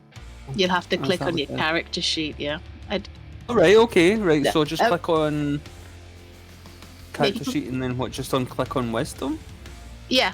So like the Okay. wisdom's in the save bit, that should roll it for you. Alright, okay. There Right. you are, 20. You are fine.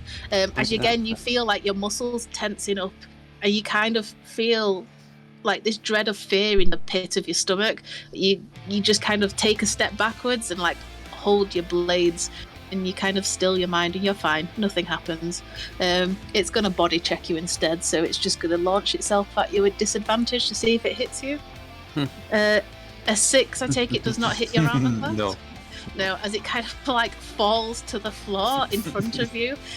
That's its go. The other one is going to swing twice at the new Womp that's appeared. So 1, 2. Oh, it's rolling at disadvantage. So 21 and a 20 to hit.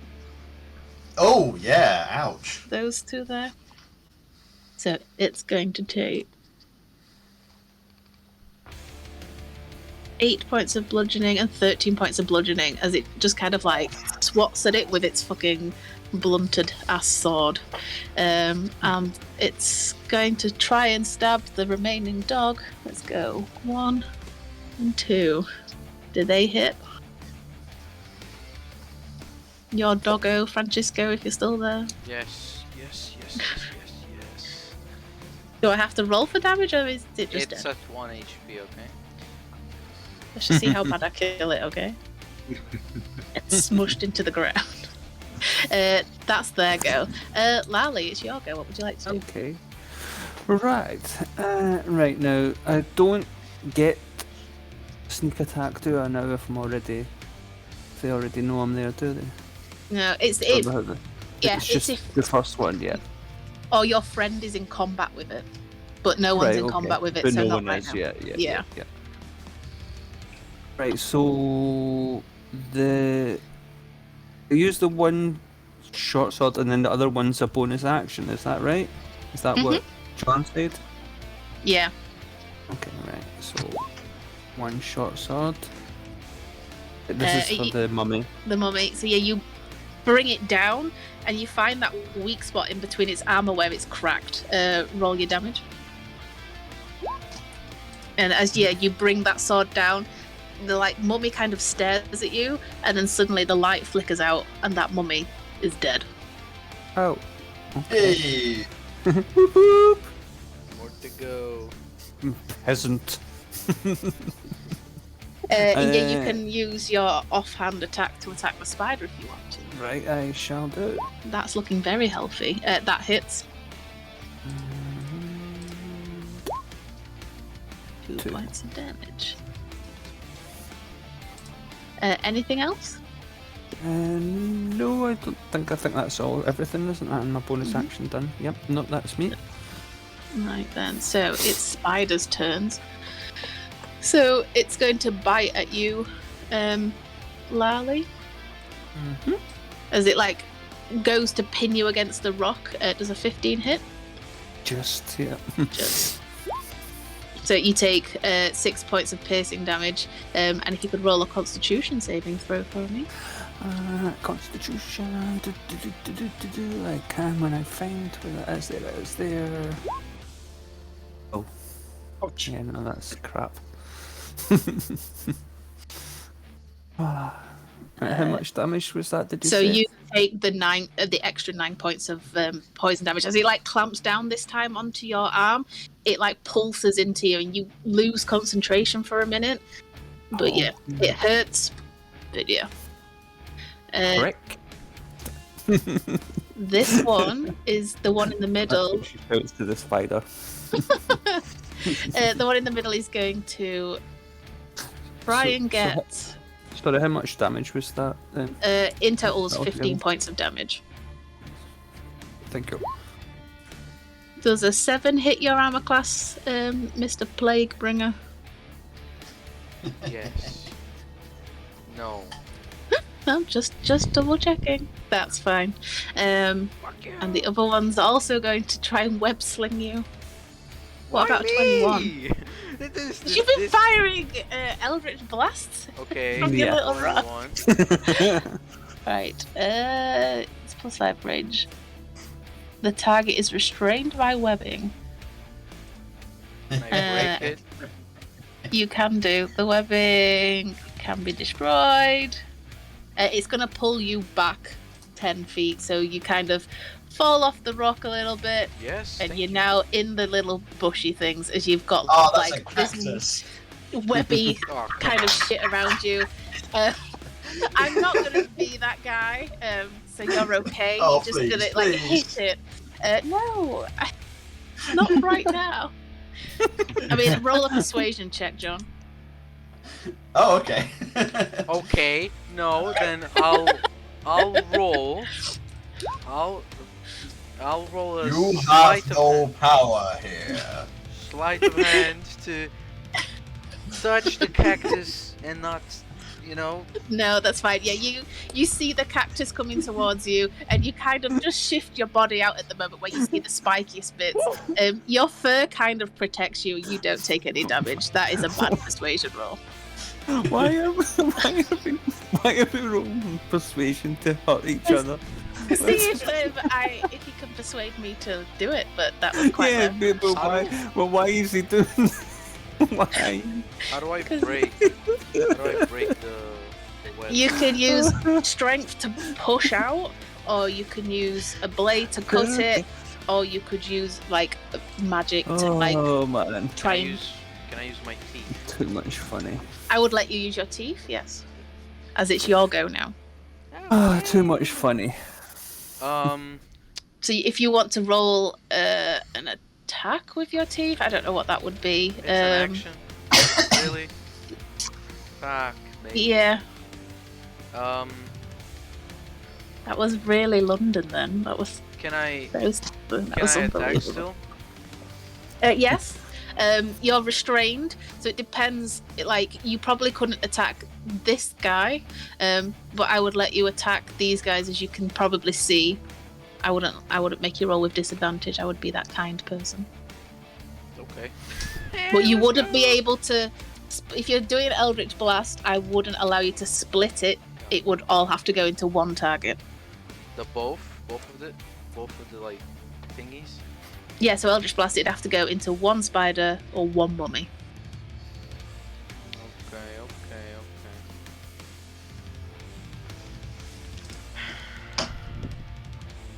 First, you need to break free of the web. I'm gonna use my claws since it's slashing. Roll me a d20. Oh, close. That hits. Yep, roll your damage.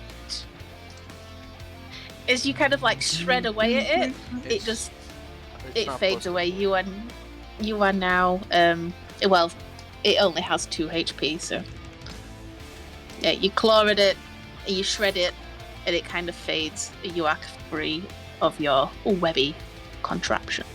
So that was an action, right? Mm-hmm.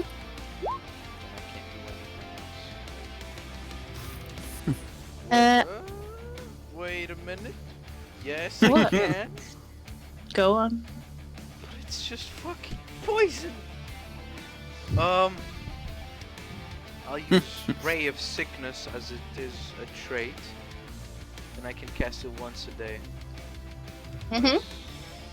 Who we aiming at? Is there still a mummy here? Yes. Okay, fuck the mummy.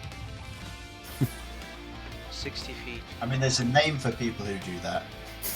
Okay. Alright. Alright.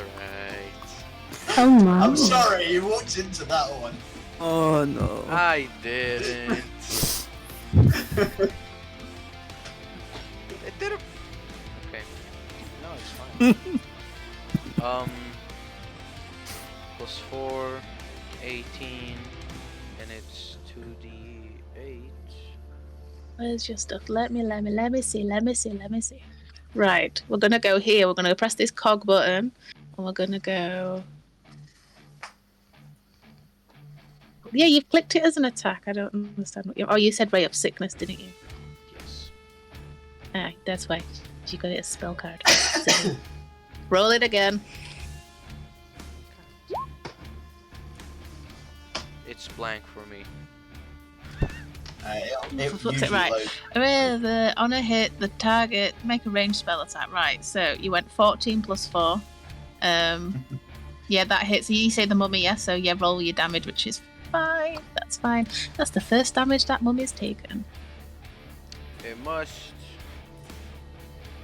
make Constitution saving throw. On Con a failed save. save, it is also poisoned until the end of it. Your next turn. So my turn. Is all of this damage poison? Yes. So you kind of like cast it at the mummy, and it kind of sits on its skin. That was my bad. It takes no damage, and it can roll your con save, but it doesn't do anything. Anything else you'd like to do? Okay. Orf, did you laugh? Did you laugh? No, Your character did he laugh? no. He's invisible and hidden and on the other side of the map. Okay, my guy. He. That was a strictly out of character laugh. I don't know. He's just gonna run over here. Totally not bailing on them. It's like, fuck you guys. I can hit the spider from here. I don't care.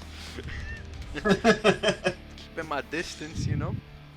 But yeah, that's me. Okay, Venefiqua, it's your go. Just gonna move up a little bit for once. But attack the spider twice. Go for it.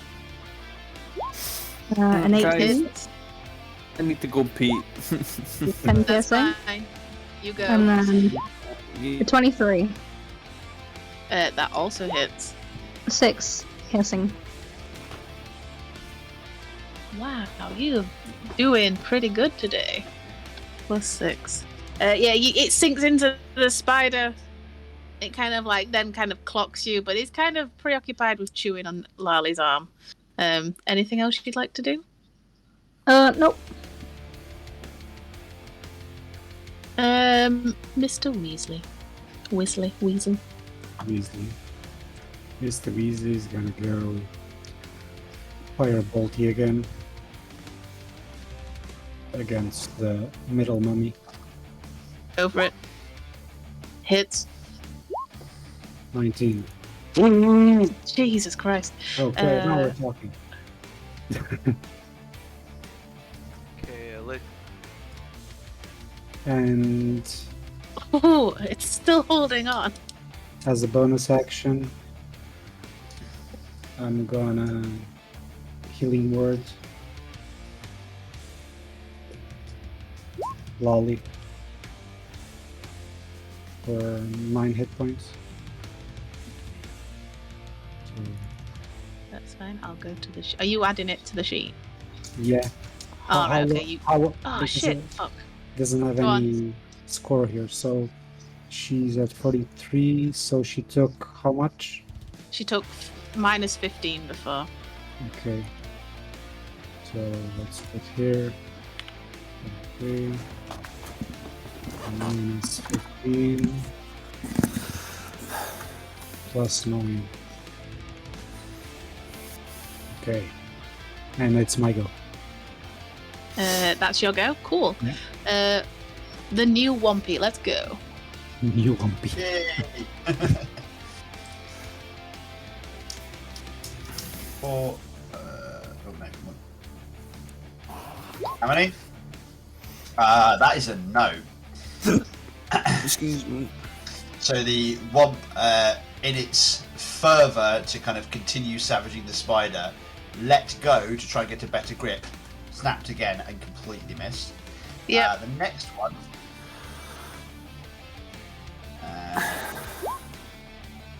Also misses. Yes, They it, just that. sit there kind of snarling menacingly at the spider with their ears kind of flapping at it.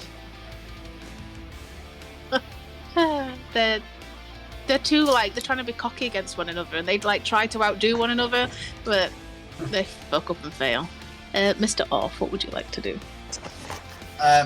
So Orth is looking at his two pets and realizing that they're both looking a bit worse for wear. Like there's chunks of that dark matted fluff that have just been ripped off of them, and one of them's missing a couple of legs, and the other one's got one that is just kind of broken at the elbow joint and is just flapping around wildly.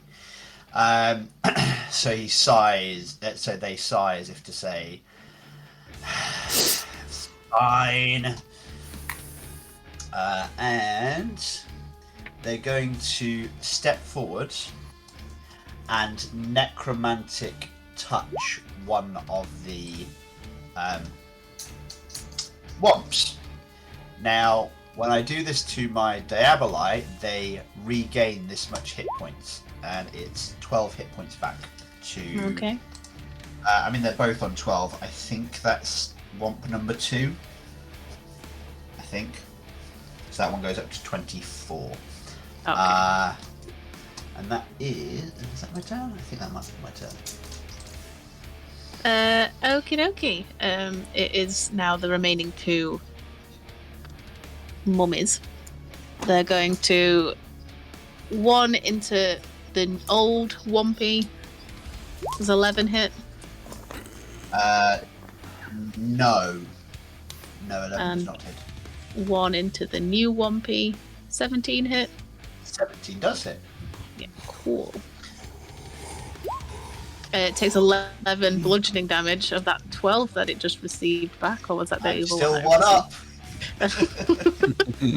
And the other one's going to hold its action until it comes into range with something else. Like it kind of like readies itself and like spins its sword around, and it kind of like just pulls itself back and holds itself. That's the end of their go. Lally, it is your go. Okay. I guess I shall just do my attack then, I guess. Main. Yep, that hits. Hits. Slashing and hand. That also hits, yes. I mean, you're slowly getting there with this spider, just hacking pieces of it away, but it's still going. It's now looking bloodied. It's like it's lost one leg. You took out an eye. Pincer's gone. It's yeah, you're getting there, but it's still standing. It's still chomping and chuckling away in front of you. For fuck's sake. Right then, speaking of that, it's their go. So, one bite into Lally. 19 hit. 11 piercing. And if you would like to roll a Constitution saving throw. Constitution saving throw it is.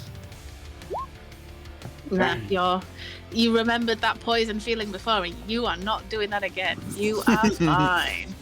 So how much damage was that? Sorry, 16? You just take 11. 11, alright, okay. Just.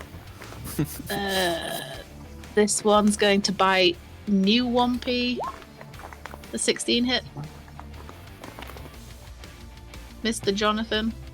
Oh, 16. Yes, does.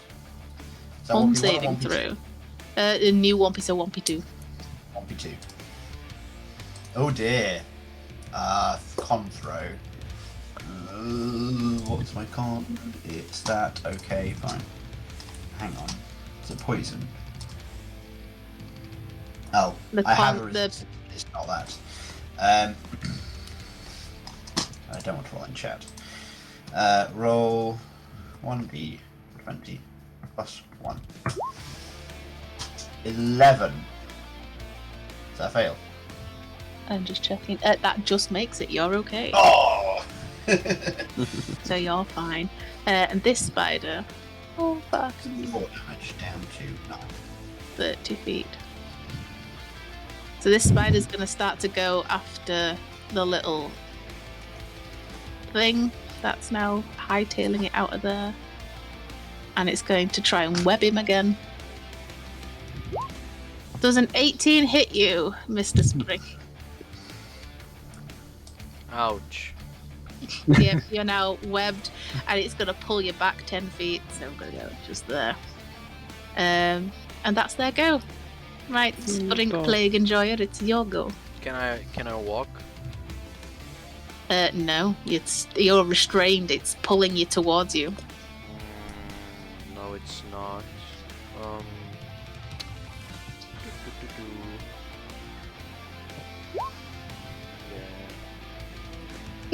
It's not. Yeah, so you scratching it again, and it just falls into shreds. Fuck you! And let me see how much you can. Whew. Whew. Wait, not that.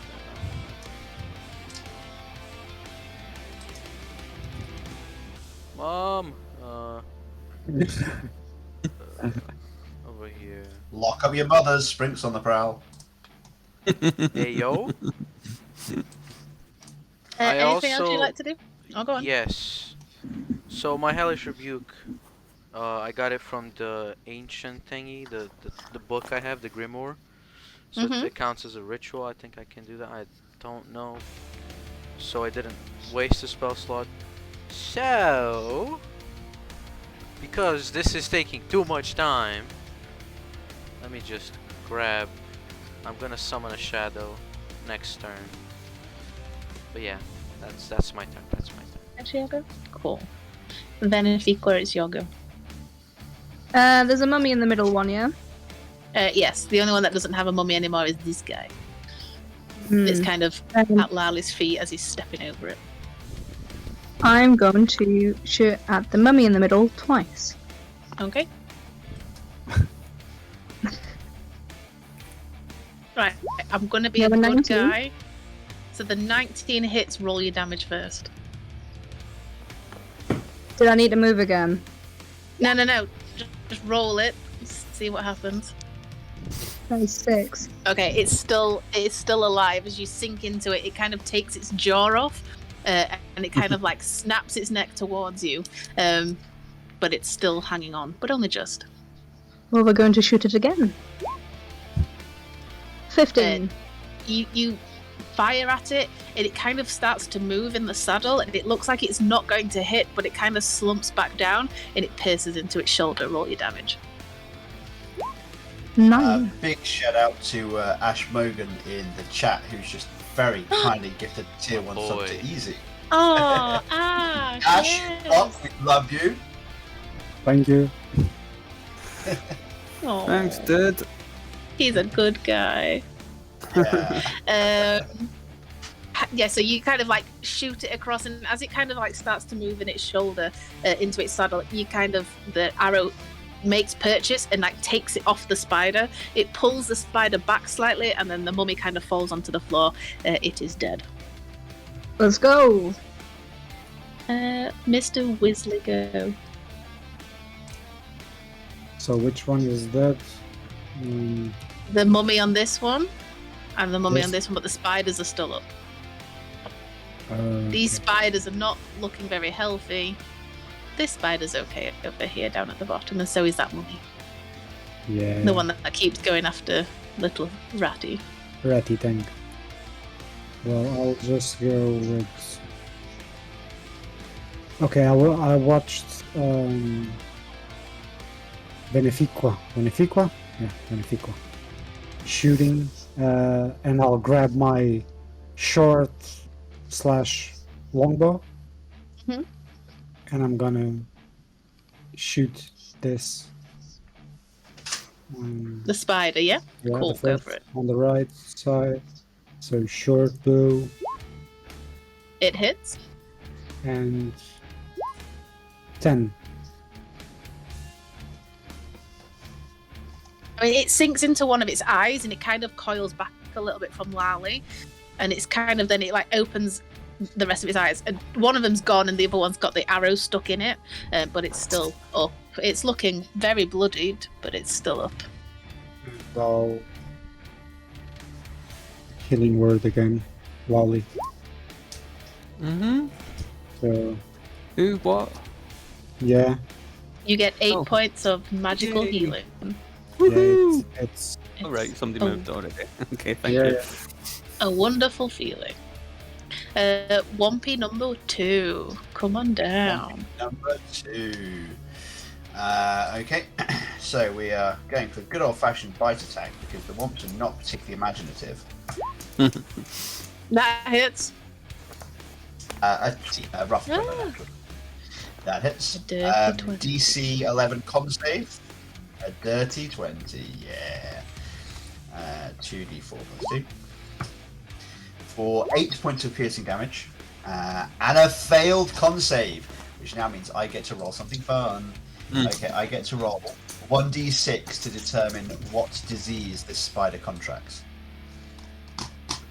Which is... Ready for some notes, DM? A 6. I think that's a really good one as well.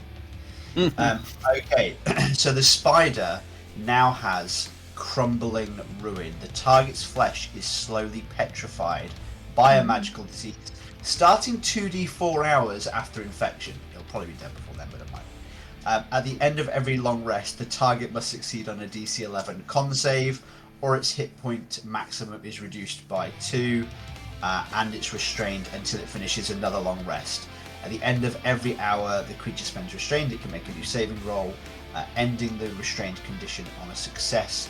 If the disease reduces the target's hit point maximum to 0, the target is petrified, and that needs remove a disease, remove curse, or remove the petrified condition. So yeah, it's going to start slowly breaking into pieces. Yeah, so the womp like pierces into its like one of its appendages, and as it pulls away, it can just see it kind of getting a bit flaky and bits start to just slough off of its leg. As it pulls its leg back, its foot is left in the sand. As it like pulls out, it's now kind of like walking at an odd angle. It just looks like it's not having the greatest of times over there. Anything else it'd like to do? It would like to just kind of grin really menacingly and tilt its head ever so slightly. Make an intimidation or cuteness roll. Cuteness roll. You did see the picture I sent of these things, didn't It's you? obviously cuteness roll. Exactly, cuteness roll. Okay, hang on. The charisma. Roll the 20 minus 1, because they're not exactly charismatic. A 3.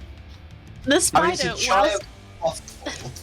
it's kind of like its foot's gone, and it's like, what the fuck? And it looks at this creature, kind of like grinning menacingly, and the spider is not amused. It kind of just like, as its eyes look from side to side shiftily, like the fuck.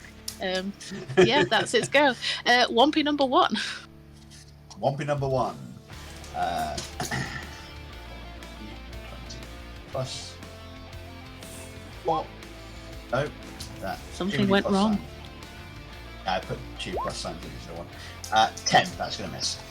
That does miss, as it's kind of like it's pulling back from its flesh beginning to fall apart and looking kind of slightly concerned at this creature. It moves out of the way just in time for the Wompy number 1 to bite it, and it misses. Yes. Come on down, Mr. Orth. What are you gonna do? Orth, seeing how much damage Wompy number 2 has taken, he's going to try and carry on healing his... How many times can I do that? Oh, I can do that any number of times. Yes, he's going to do his diabolic strike again. Oh, that's a necromantic touch. 17 hits, 10 healing damage this time.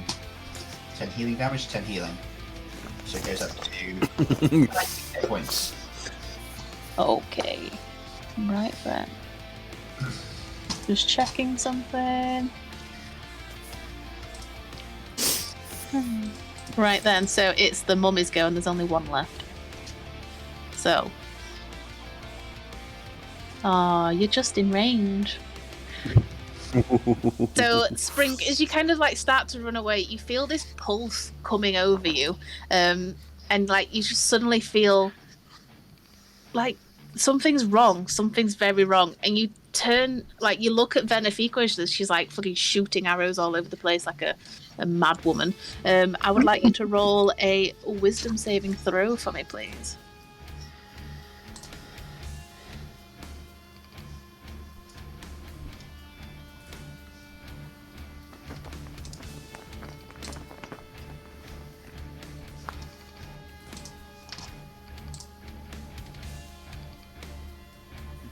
Excuse me.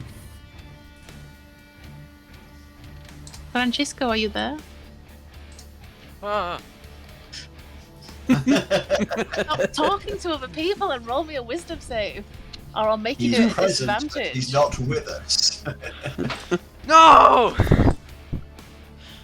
9. Oh dear, that's what you get for being knob.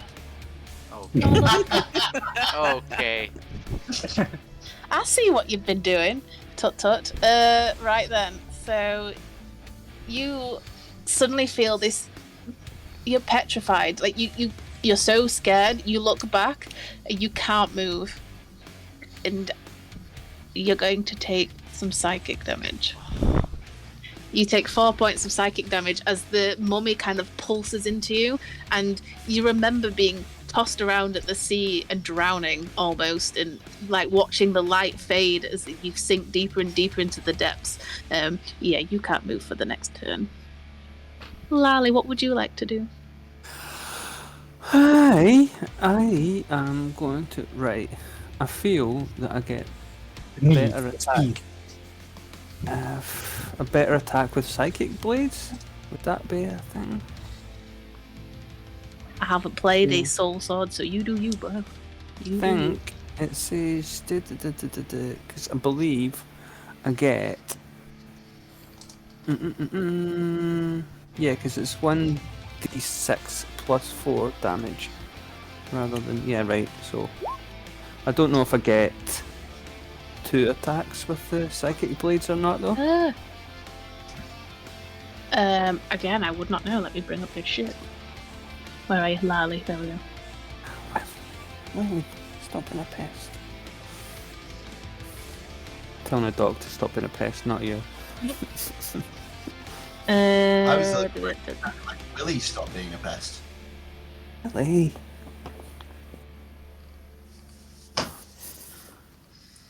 So this basically says you can, as you attack, you can manifest a psychic blade from your free hand and make the attack with that blade.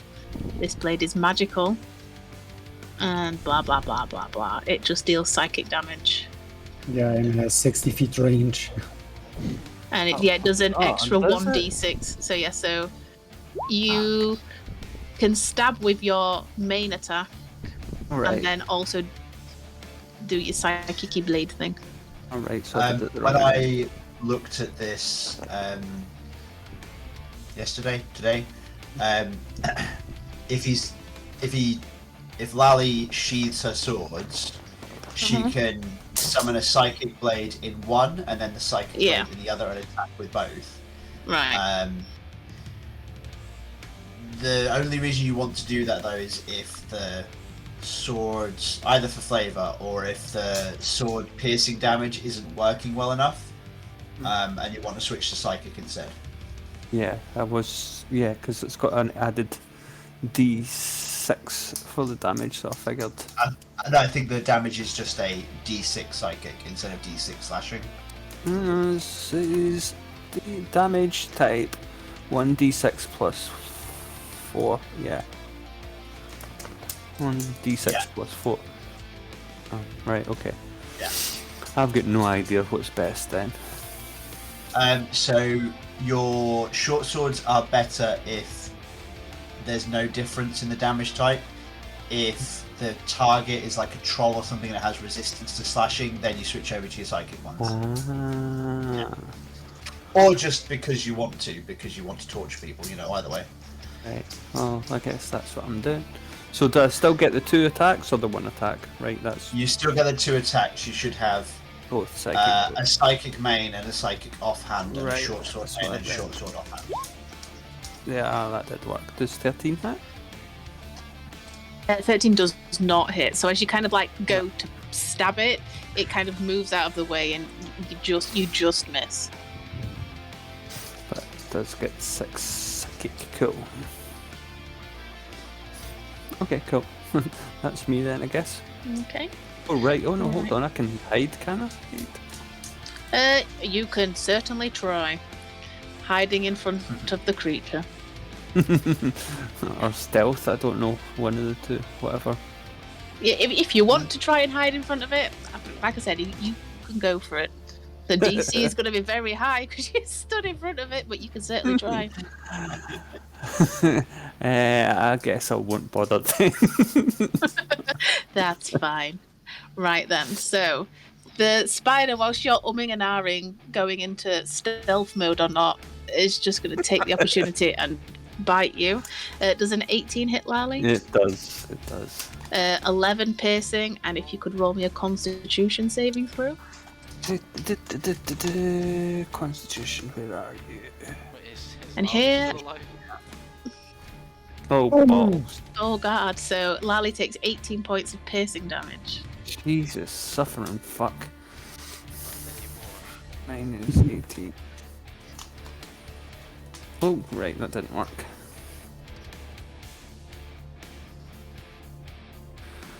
Oh, Jesus Christ.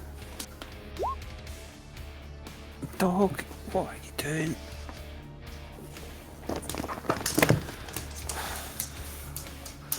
Right, I'll try that again. Right, somebody did it for me, thank you. Go on, what are you erring at?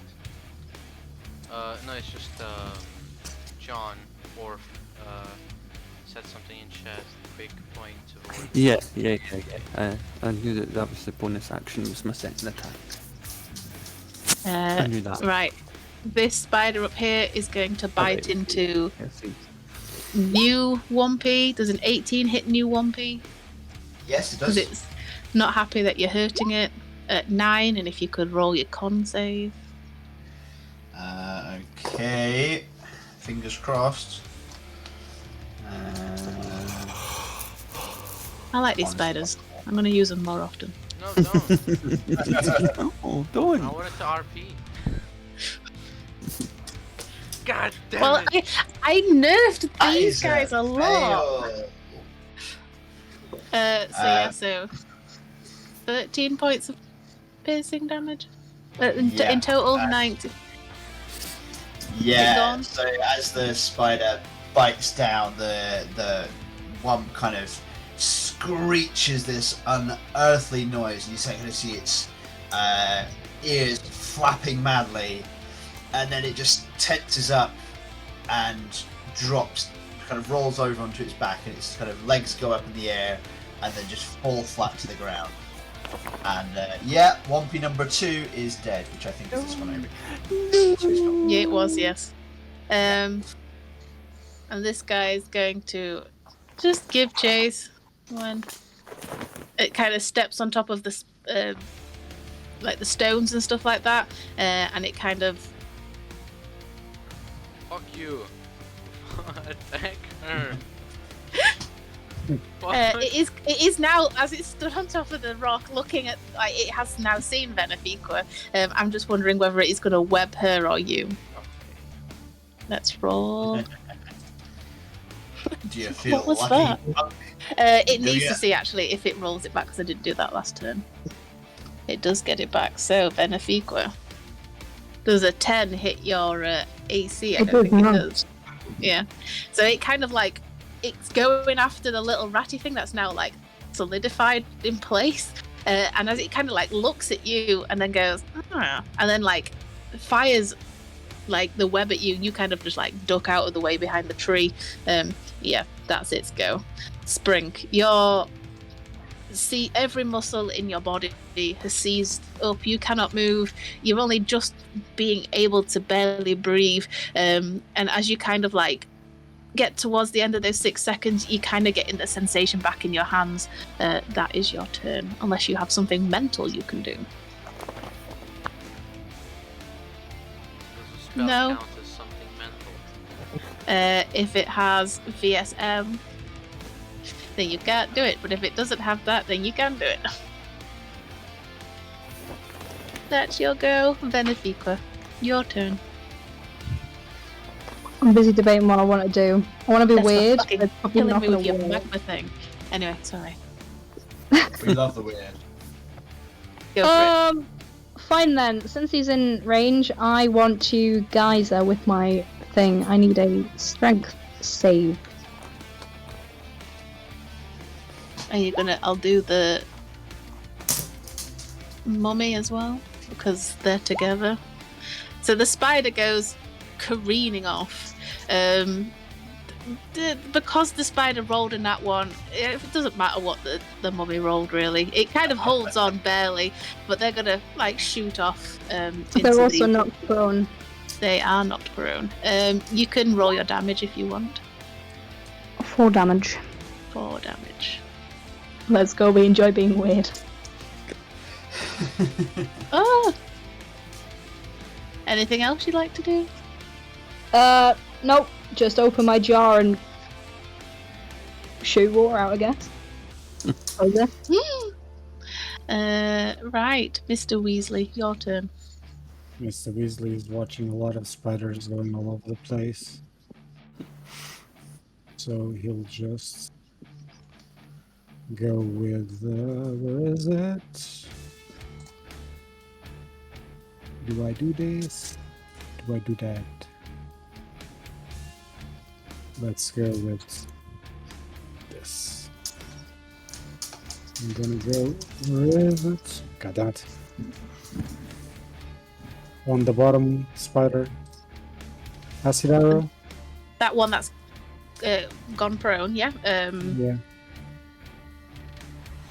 Roll at disadvantage for me. It is prone. And it's kind of behind a rock. Roll again. Rolling. Yeah. So the 14 does just kind of sink into it. Roll your damage. 11. And it needs Oh, to that guy doesn't have any immunities. needs, Go on. Needs to make a, where is it? Oh no. It just hits. And It just hit. and the end of its turn it has to, it takes 2d4 of acid damage. Okay. Right. It's my go. I'll just move. I'm gonna I'll walk just a put that little there. bit. And just walk a little bit here. Next to the rock. And that's my go. That's fine. Back to the Womp's turn of initiative. Woohoo!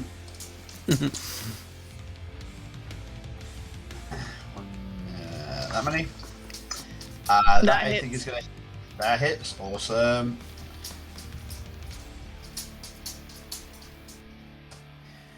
Uh, 5 damage and a DC 11 con check on the spider. How do you want to kill the spider? Excellent. So the womp kind of rears back, pauses for a moment, and the spider obviously doesn't have a neck, but it does have kind of like a section between the segment of its head and the segment of its body, and it just leaps onto that kind of more open and clamps down and just kind of like a Jack Russell, just like tears back and forth trying to take the head off the spider, and just kind of leaves this very messy looking filth behind. Yeah, and as it kind of like sinks in, it kind of like the spider starts like flailing around trying to get it off, and as it does so, like blood and stuff starts to fall off, and obviously it's already corroding away, and legs fall off, part of its abdomen starts to peel away, and it just kind of like sinks down onto its knees and just like rolls up and curls as a spider would, and the Womp is kind of like stood on top of it, looking victorious over. Yeah. It saw off its competition, Wompy 2 came along and, Yeah. it got This jealous. is the original one. Yeah, the original one. Mr. Orf, it's your go. Fab. Who do I have left around me? Do we have... So there's one spider here, and there's a Yeah. mummy and a spider over here, but they're on the floor. Okay, Kind how's of the very spider wet. here? How's the spider over here looking? It's not looking good. Right, then Orth is going to step over here, break invisibility and necromantic, whatever it's called. Yeah, necromantic touch. So I'll roll a spell attack. The 15 It hits. Yep. 12 necrotic damage. And how do you want to kill that spider? So, Orth, just having seen the other spider die and kind of like seeing the threat start to dissipate, you just kind of see Orth flash into visibility, and this smirk just crosses their mouth. For the briefest of instant, he strides over, places a hand against the spider, and you just see this kind of greyish light emanate out into the spider and then kind of pulse briefly before withdrawing back into Orth's hand. And you see Orth kind of straighten up and crack through their kind of the muscles in their shoulders and their arms. And that 12 damage, because the spider dies, is now my 12 hit points. You didn't even take any damage. Yeah, but I'm up to 19 temporary hit points. So you just see this body, and it kind of shrivels up, and the magic leeches out of the spider and up Orth's arm, and he just kind of glows for a second, and then he's back to normal. Right then, it's this mummy's go. He's kind of like scrabbling around, holding onto the spider. The spider's kind of like kicking out and flailing as it's trying to get itself and correct itself. Venefiqua, I would like you to roll the wisdom saving throw as you kind of like catch eyes with this mummy for a moment, and it pulses into you. Yeah, the same thing happens to you. Like your muscles tense up, you freeze. You look over at Lali, and you're terrified of tieflings. You can't. You're going to take 2 points of psychic damage as everything stops moving. Lali, it's your go. Well, right. 2 attacks. What was the range on the psychic blades? Isn't it just, it's on you, and if you throw it, it disappears, doesn't it? I don't know. Somebody said something about range. Yeah, it has 60 feet range. Oh, okay. Yeah, fuck it, go for it. Yep. Cool. In that case, I will. Right, hold on. Which one was the top one? Which one was the bottom one? Fuck. That hits. Are you doing it to the spider or to the mummy? Oh, to the mummy. Sorry. Oops. And again. Nice.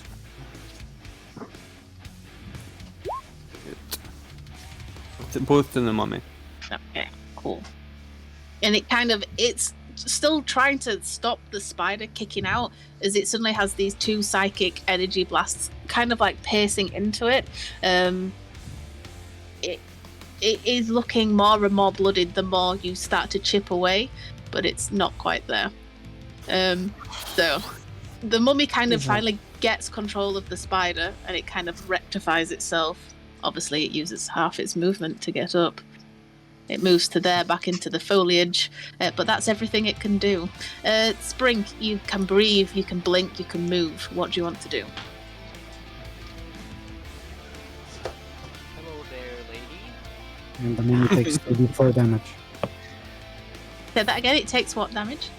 34 from the acid arrow. Okay, roll your damage. Damn. Oh shit. 7. 7. And what's Sprink doing to the strange lady that's now can't move? At the spider. Wait, what is alive here? They're both alive there. Fuck the mummy. Again? No. Never knew that was your Uh, thing. They both hit. As like one, it almost looks like it's going to go over its shoulder, but it manages to hit. So plus 16.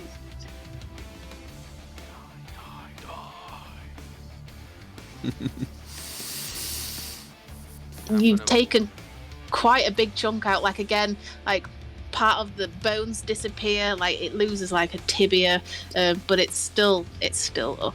But it's looking worse for wear as it's kind of trying to hold on to the bloody spider. And I point at Mini. I don't know how to say her name. Glue lady. I point at the blue lady. It was her. It was her. And I'm gonna run up the rock. That's absolutely Right, fine. God, I'll give you another bath. So yeah, Benefico, you see this little rat kind of scurry up to you and be like, hello, and then disappear, and then start to accuse you of doing everything, and as you're like turn ends, like you just start to move your neck around, and you're like glaring at it, and yeah, you go, I'll give you another bath. Yeah, Weasley, it's your go. So up and running. So firebolt on the mummy. It hits. 11 damage. And with that, like, it kind of hits it in the chest again, and you just see it kind of just like ignites the whatever like skin material is left within the mummy, and it kind of squeals and screeches, and it kind of slumps off and falls onto the floor. The mummy is dead. The spider is up and running, right? The spider is still there. It's very bloodied. It kind of pulls its like leg as it's kind of like starting to crest over the rock and look down at you, but it's still alive. How tall is the rock? It's about between 5 and 10 feet. It's not very tall. It's taller than you. You're probably going to struggle to get up there. You don't have claws. No, I don't want to climb. I just want to Hide behind. hide behind here. Yeah.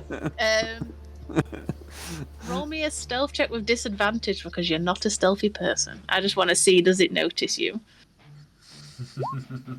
6. Yeah, you feel really hidden. Like, you've never been so hidden in all your life.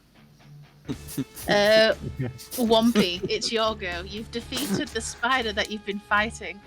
What would you like to do? There's one over here, isn't there? So, what's his movement? Oh, wow, actually, I think I can get into combat. Let me just do a measure.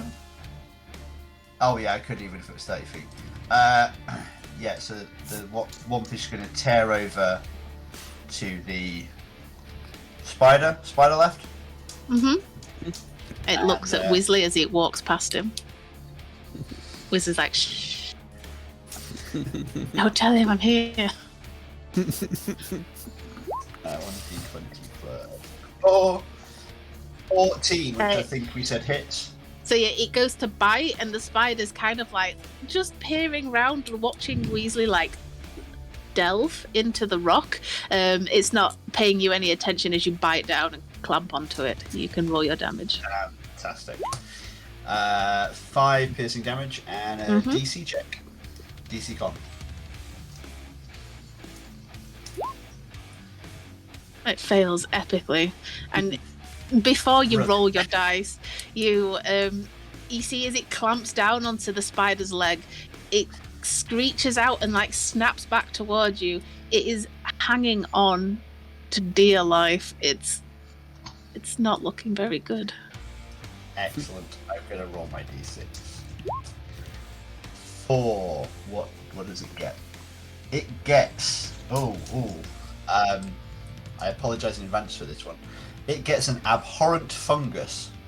The target is infested with parasitic fungus that causes painful warts after 2d4 hours. Once symptoms start to show, and until the disease is cured, the target can't regain hit points except by magical means. And every 24 hours after the symptoms show, it has to take a DC 13 con, or its hit point maximum decreases by 4. And then obviously that keeps going to 0, it dies.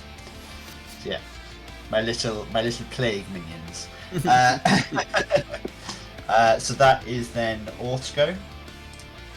Cool, go for it. Fab. Orth is going to stride over as well. And as it's looking very worse for wear, he's going to attempt to necromantic touch against the spider. Ooh, wrong one. That's the attack roll. 14! I'm doing really well for just making the DC today, apparently.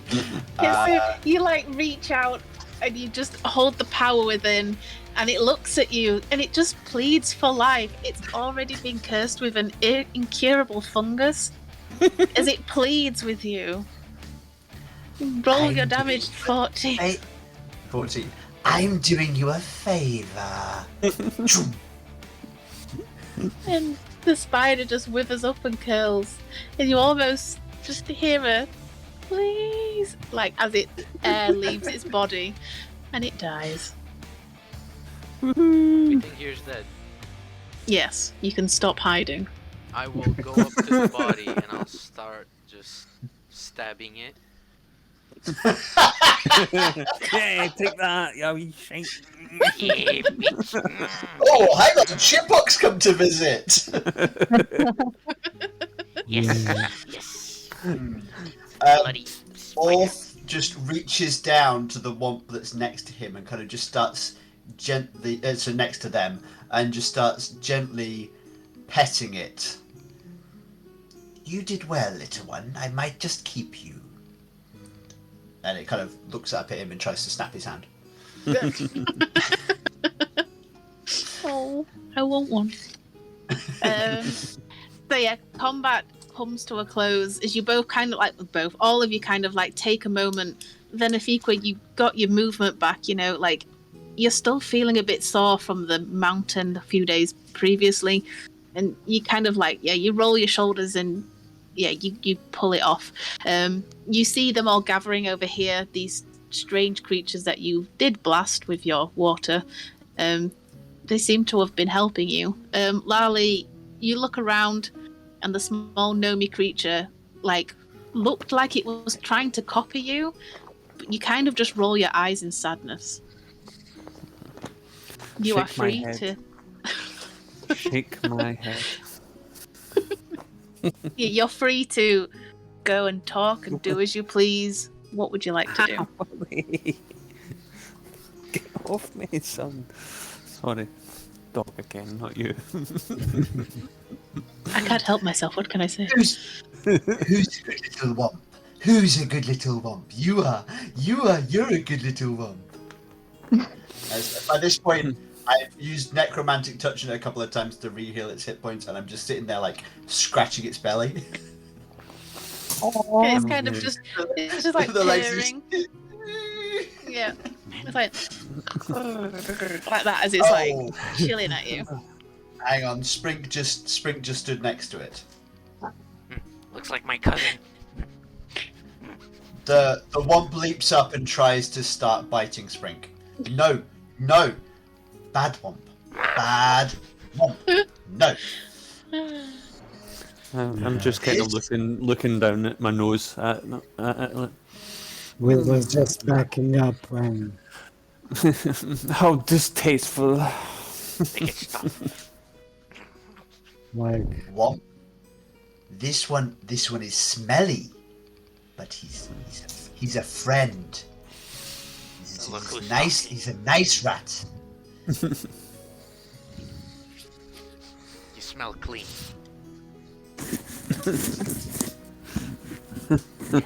Oh man. Well, of course he's clean, my verminous friend. He's just arrived from another plane. yeah. It's ugly. Anyway, Yeah. as are you, but you don't see me judging. While this is Anyway, happening, Beneficus just go bend down to Wesley and just, so, do you have any idea who these are? Who are you saying that to? To Wesley. Oh, right. I don't think they're friends. Or at least you attacked them, so not friends. That Do you know them? that shaggy little bastard deserved it. He needs another bath. Did I hear this? Can I hear this? Can I hear this? Make a perception check. Whoa, lady. Perception. Yes. Give. Yeah, you hear that. You hear what she says. I look at her, flip her off, Wesley, and Is that- then I back, I hide in front of Orf. Fuck you.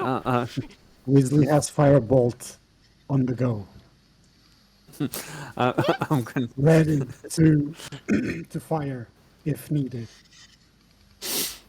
I'm going to say it Benfica. I'm like, yes, most malodorous. Ugh, Orf. disgusting. Orth hasn't paid a great deal of attention to the other group so far. But they reach down to the spider and kind of like tear a lump of flesh from it. And then from underneath Orth's robes, there's kind of like this little rustling bundle almost. And then popping out from underneath the robes, you kind of see this creature, perhaps a bird, but as you look closer, you kind of see there is a pair of bat wings folded over the body and the face of this creature. And as Orth offers up the chunk of spider flesh, the wings just open ever so slightly, and you just see from underneath the bat wing a tentacle reach out, and then another one, and then a third, and they wrap around very slowly. They wrap around the chunk of spider flesh and pull it back under the wings, and then you see the spider, the bat wings kind of vibrate almost as though whatever's behind those wings is just eating away at the chunk of flesh.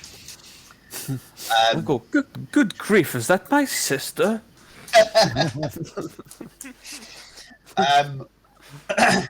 Orth kind of turns and tips the brim of their hat to you and says, "Well met. Clearly you have some skills in combat against these things, or whatever disgusting things they are. I'm Orth, and my furry friend here is Spring. Who do we have the pleasure of addressing?"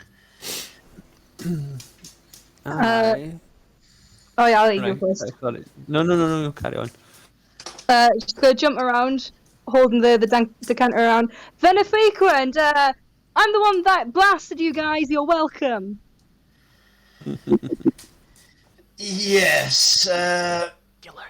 I will send you the bill for cleaning my attire. I assure you that was not necessary. And Venefiqua, is this the only name you go by? Yeah, it is. I see. And where have you come from, Venefiqua? Just from town over there. You know, here, there, everywhere. The town. Jumping around like a lunatic. I see you are enthusiastic. Very well. And you there with the blades. I shall fly up in the air and swoop down next to you, taking a bow. Gladly, at your service, for a prize.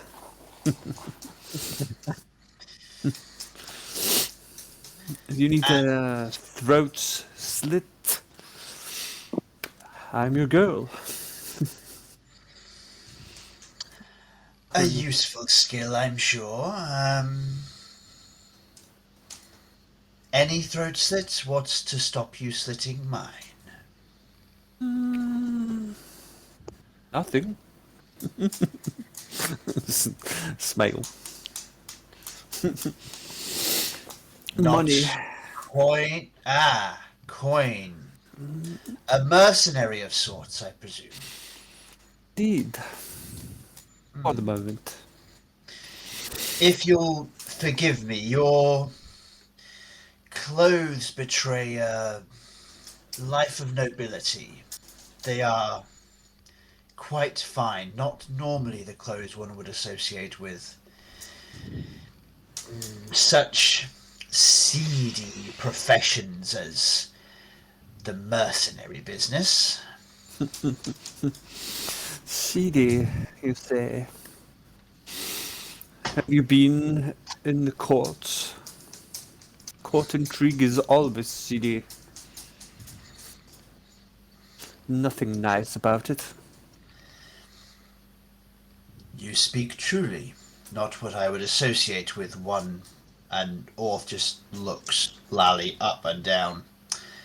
Such as yourself. And finally, your diminutive friend. Who might this be? Wrong character again. Well, you know, everyone is making fun of me being small. And that's fine. My name is Reacher. Weasley Reacher. Not double O. And could you tell your ratty friend that he could join us instead of fleeing again? You'll have to forgive my ratty friend. He is somewhat skittish. It took him a while to warm to me. In fact, I'm not entirely sure that he has. Sprink, come. Say hello to the nice people. Spring comes forward, and the first thing he does is he flips both of you in front of him. Question. Do you see that I have Firebolt in hand ready to go? Does he see that I'm holding the decanter? You can roll 2 insight checks and see what Let me happens. finish, okay? Okay, go for it. Like, I'm trying not to get you killed here. You're not helping yourself. On the bright side, at least one can set you on fire and one can put you out. And you're not stood next to me this time. I jump out of the corner like, yeah, welcome, hello. And then he just withdraws his fingers, and he looks at the sides, and he's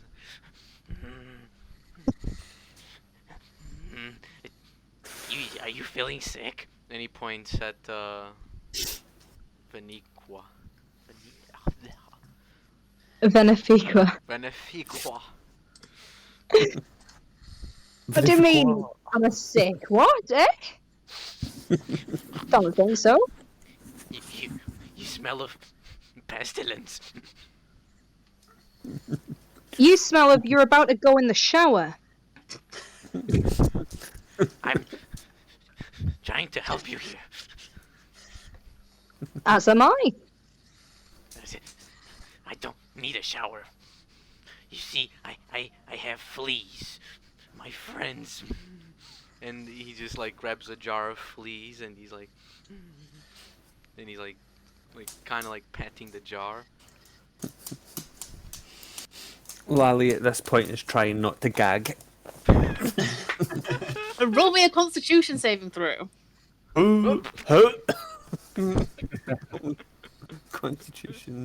Constitution, where are we? I can't find you. You say it, you do it. Constitution. Oh god. Yeah, no, you look, you have to turn away, and you lose whatever breakfast, lunch that you had all over the sand. In fact, you almost get it on little Wampy. Orth would like to, as he sees that they see that happening, just kind of mutter a couple of words and move their hand in kind of a circular fashion. Kind of this spectral hand appears between the vomit and the womp, and just kind of blocks the worst of it, because vomit would be a nightmare to get out of fur. Yes, I'll allow that to happen. Like little flecks of it get on time, but the bulk of the vomit is on the floor. Lally, I do not quite know how things are done in the court of your origin, but it does not do to vomit on one's new acquaintances, thank you kindly. You're getting the major side eye at the moment. That's what you're getting. Orth gives no fucks about that. What do I roll for side eye? Charisma. Let's see how well you roll your eye. Charisma. Fuck. I don't even know what that is. Where is it? DM, can Weasley check the spiders and mummy? This Of one course. What are you looking for? Roll an investigation. here? I want to check for poison and for other stuff. Go for it. But first, for other stuff. 23. So 23, you find on this spider, both its fangs are still intact, so you kind of pull them out, and you have some weird like makeshift poison fangs. You find that apart from the poison sacs on the spider itself, you don't find anything else on the spider. On the mummies, you find like cracked and broken half plate armor. That does look kind of light. Maybe that's why these mummies weren't as strong as you would have expected them in half plate armor. And you do find their like weird ass blunt sword thing that they were swinging around. Charisma save, you perfectly roll your eyes, and Orth kind of just stares at you, Lally, as you roll your eyes and give the most disgusted look you could possibly bring So to yourself. The half plate is broken. Yeah, so it looks broken. It looks very old. Like I said, it's cracked in places. Roll me an intelligence.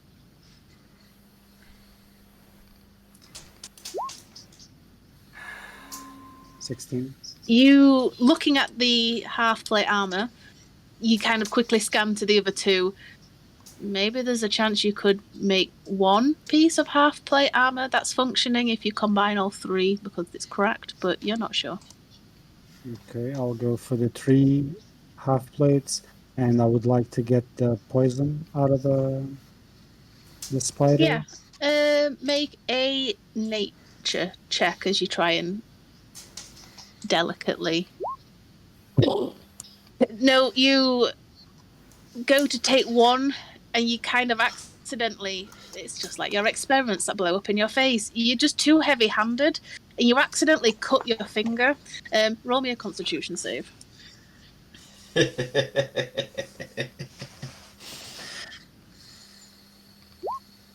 21. And you pull your hand back, you're like, fuck out, and you can feel the poison. It's on your hand and you shake it.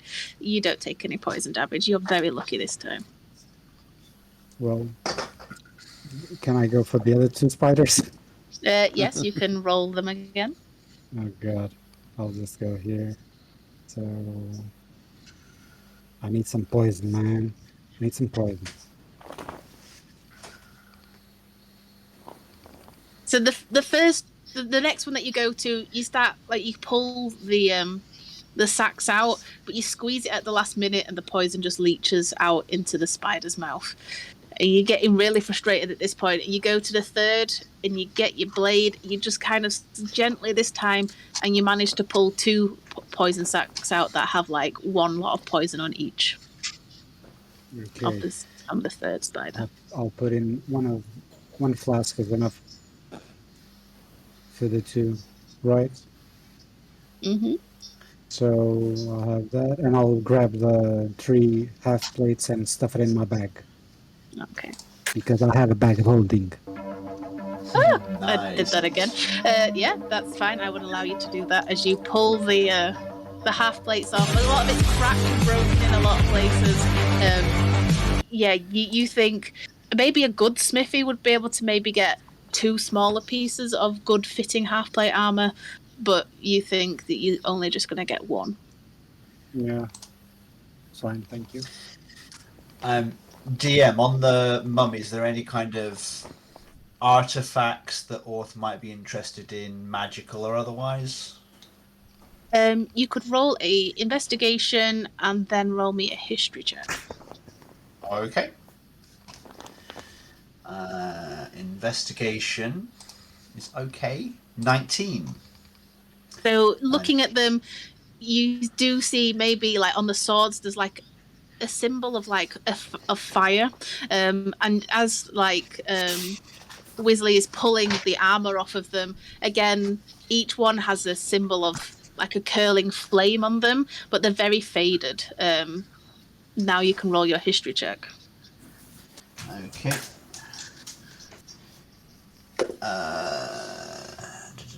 Yeah, my history's better than my religion, so that's good. 20 on the history. Yep. So as you Lord up time. you look at the flames, and you've heard of certain gods from like the desert and maybe even the mountain that do serve particular gods that follow the path of light. You know there are several gods that do follow this. I will send the rest of it to you in chat because we are slightly running out of time. But yeah, you recognize it. You can't quite pin it. Like, is this a particular emblem to one god? You're not quite sure, but yeah, you recognize that it symbolizes several gods. Okay, fab. Okay. Anyone else want to do anything? I shall search for daggers, but that's about all that bit of use for me. You, without rolling, you look at them. These creatures don't have daggers, apart No. from the ones that maybe your new acquired acquaintances have. You don't find any. Okay, that's cool. Uh, I didn't think so. I want to go to each spider and just plant a flea. That's fine. As you go up to each spider, like the smell and the aroma from you, it's almost titillating. You find it very appealing. The smell, the poison, you taste it. It gives it that bitterness tang to yourself, and you take one flea out and you pop it on each spider and you pat them, and you're very excited that you're finally spreading your plague that you really wanted to spread all this time. Brink's got a king. Exquisite. Yes. But as you, the rest of you, the four of you, watch Sprint go to each spider and do the same kind of ritual of like smelling and rubbing, like a dog or a cat would, rubs its face into it and tastes it and plants his flea. You notice that the sun is pretty much setting now. You hear horns from the city, and Venefico, you can kind of see someone waving at you, but you're not quite sure who it is. But you can kind of hazard a guess that maybe it's the city guard that shouted at you to tell you to get it away from the city. You're not sure. I'm gonna wave there. Very enthusiastically, like flinging our arm around. And then suddenly the guy stops waving and puts his arm down, and maybe he regrets his choices. But at that point, you see like the portcullis start to rise back to the city gate, and you can, on the air, you can smell like cooking meats and spices that fill that waft down from the city in the air on the night breeze, and you can start to see the city, whilst it was scared from whatever this attack was, is starting to go back to its evening duties, and you kind of see a band of soldiers starting to walk down the hill. The five of you look together. This is some strange kind of comradeship, I suppose is the word that I was looking for. You kind of look together, you nod your head, and you begin to walk up the hill. And that's where we will leave it for today. Oh, yeah. Let's go. Great session. That was a killer. That was a killer battle. I honestly expected you to kill those things quicker. Maybe. Especially when someone was dealing a lot of damage before. Ooh. Mrs. Venefico. But anyway, that's fine. So Blow a kissy towards you. yeah, thanks. I'm blushing. So that concludes today. Obviously, we will rejoin what the 5 of them will do next Thursday. I suppose join us on Sunday for entering John's part of Havrunia as we enter in. Yes. Anyone We else got are- anything to say? Mm-hmm. No, We're great good. session, DM, and thank you for Yeah. everyone that watched. We Mhm. appreciate Thank it. And thanks you. for the sub, Ash. If Exactly. you're still there, we love you. Ash has just gone, I believe. Aw, Yes, motherfucker. big love to That was Ash, and big love to Parrot as well for dropping us a sub on Prime Gaming.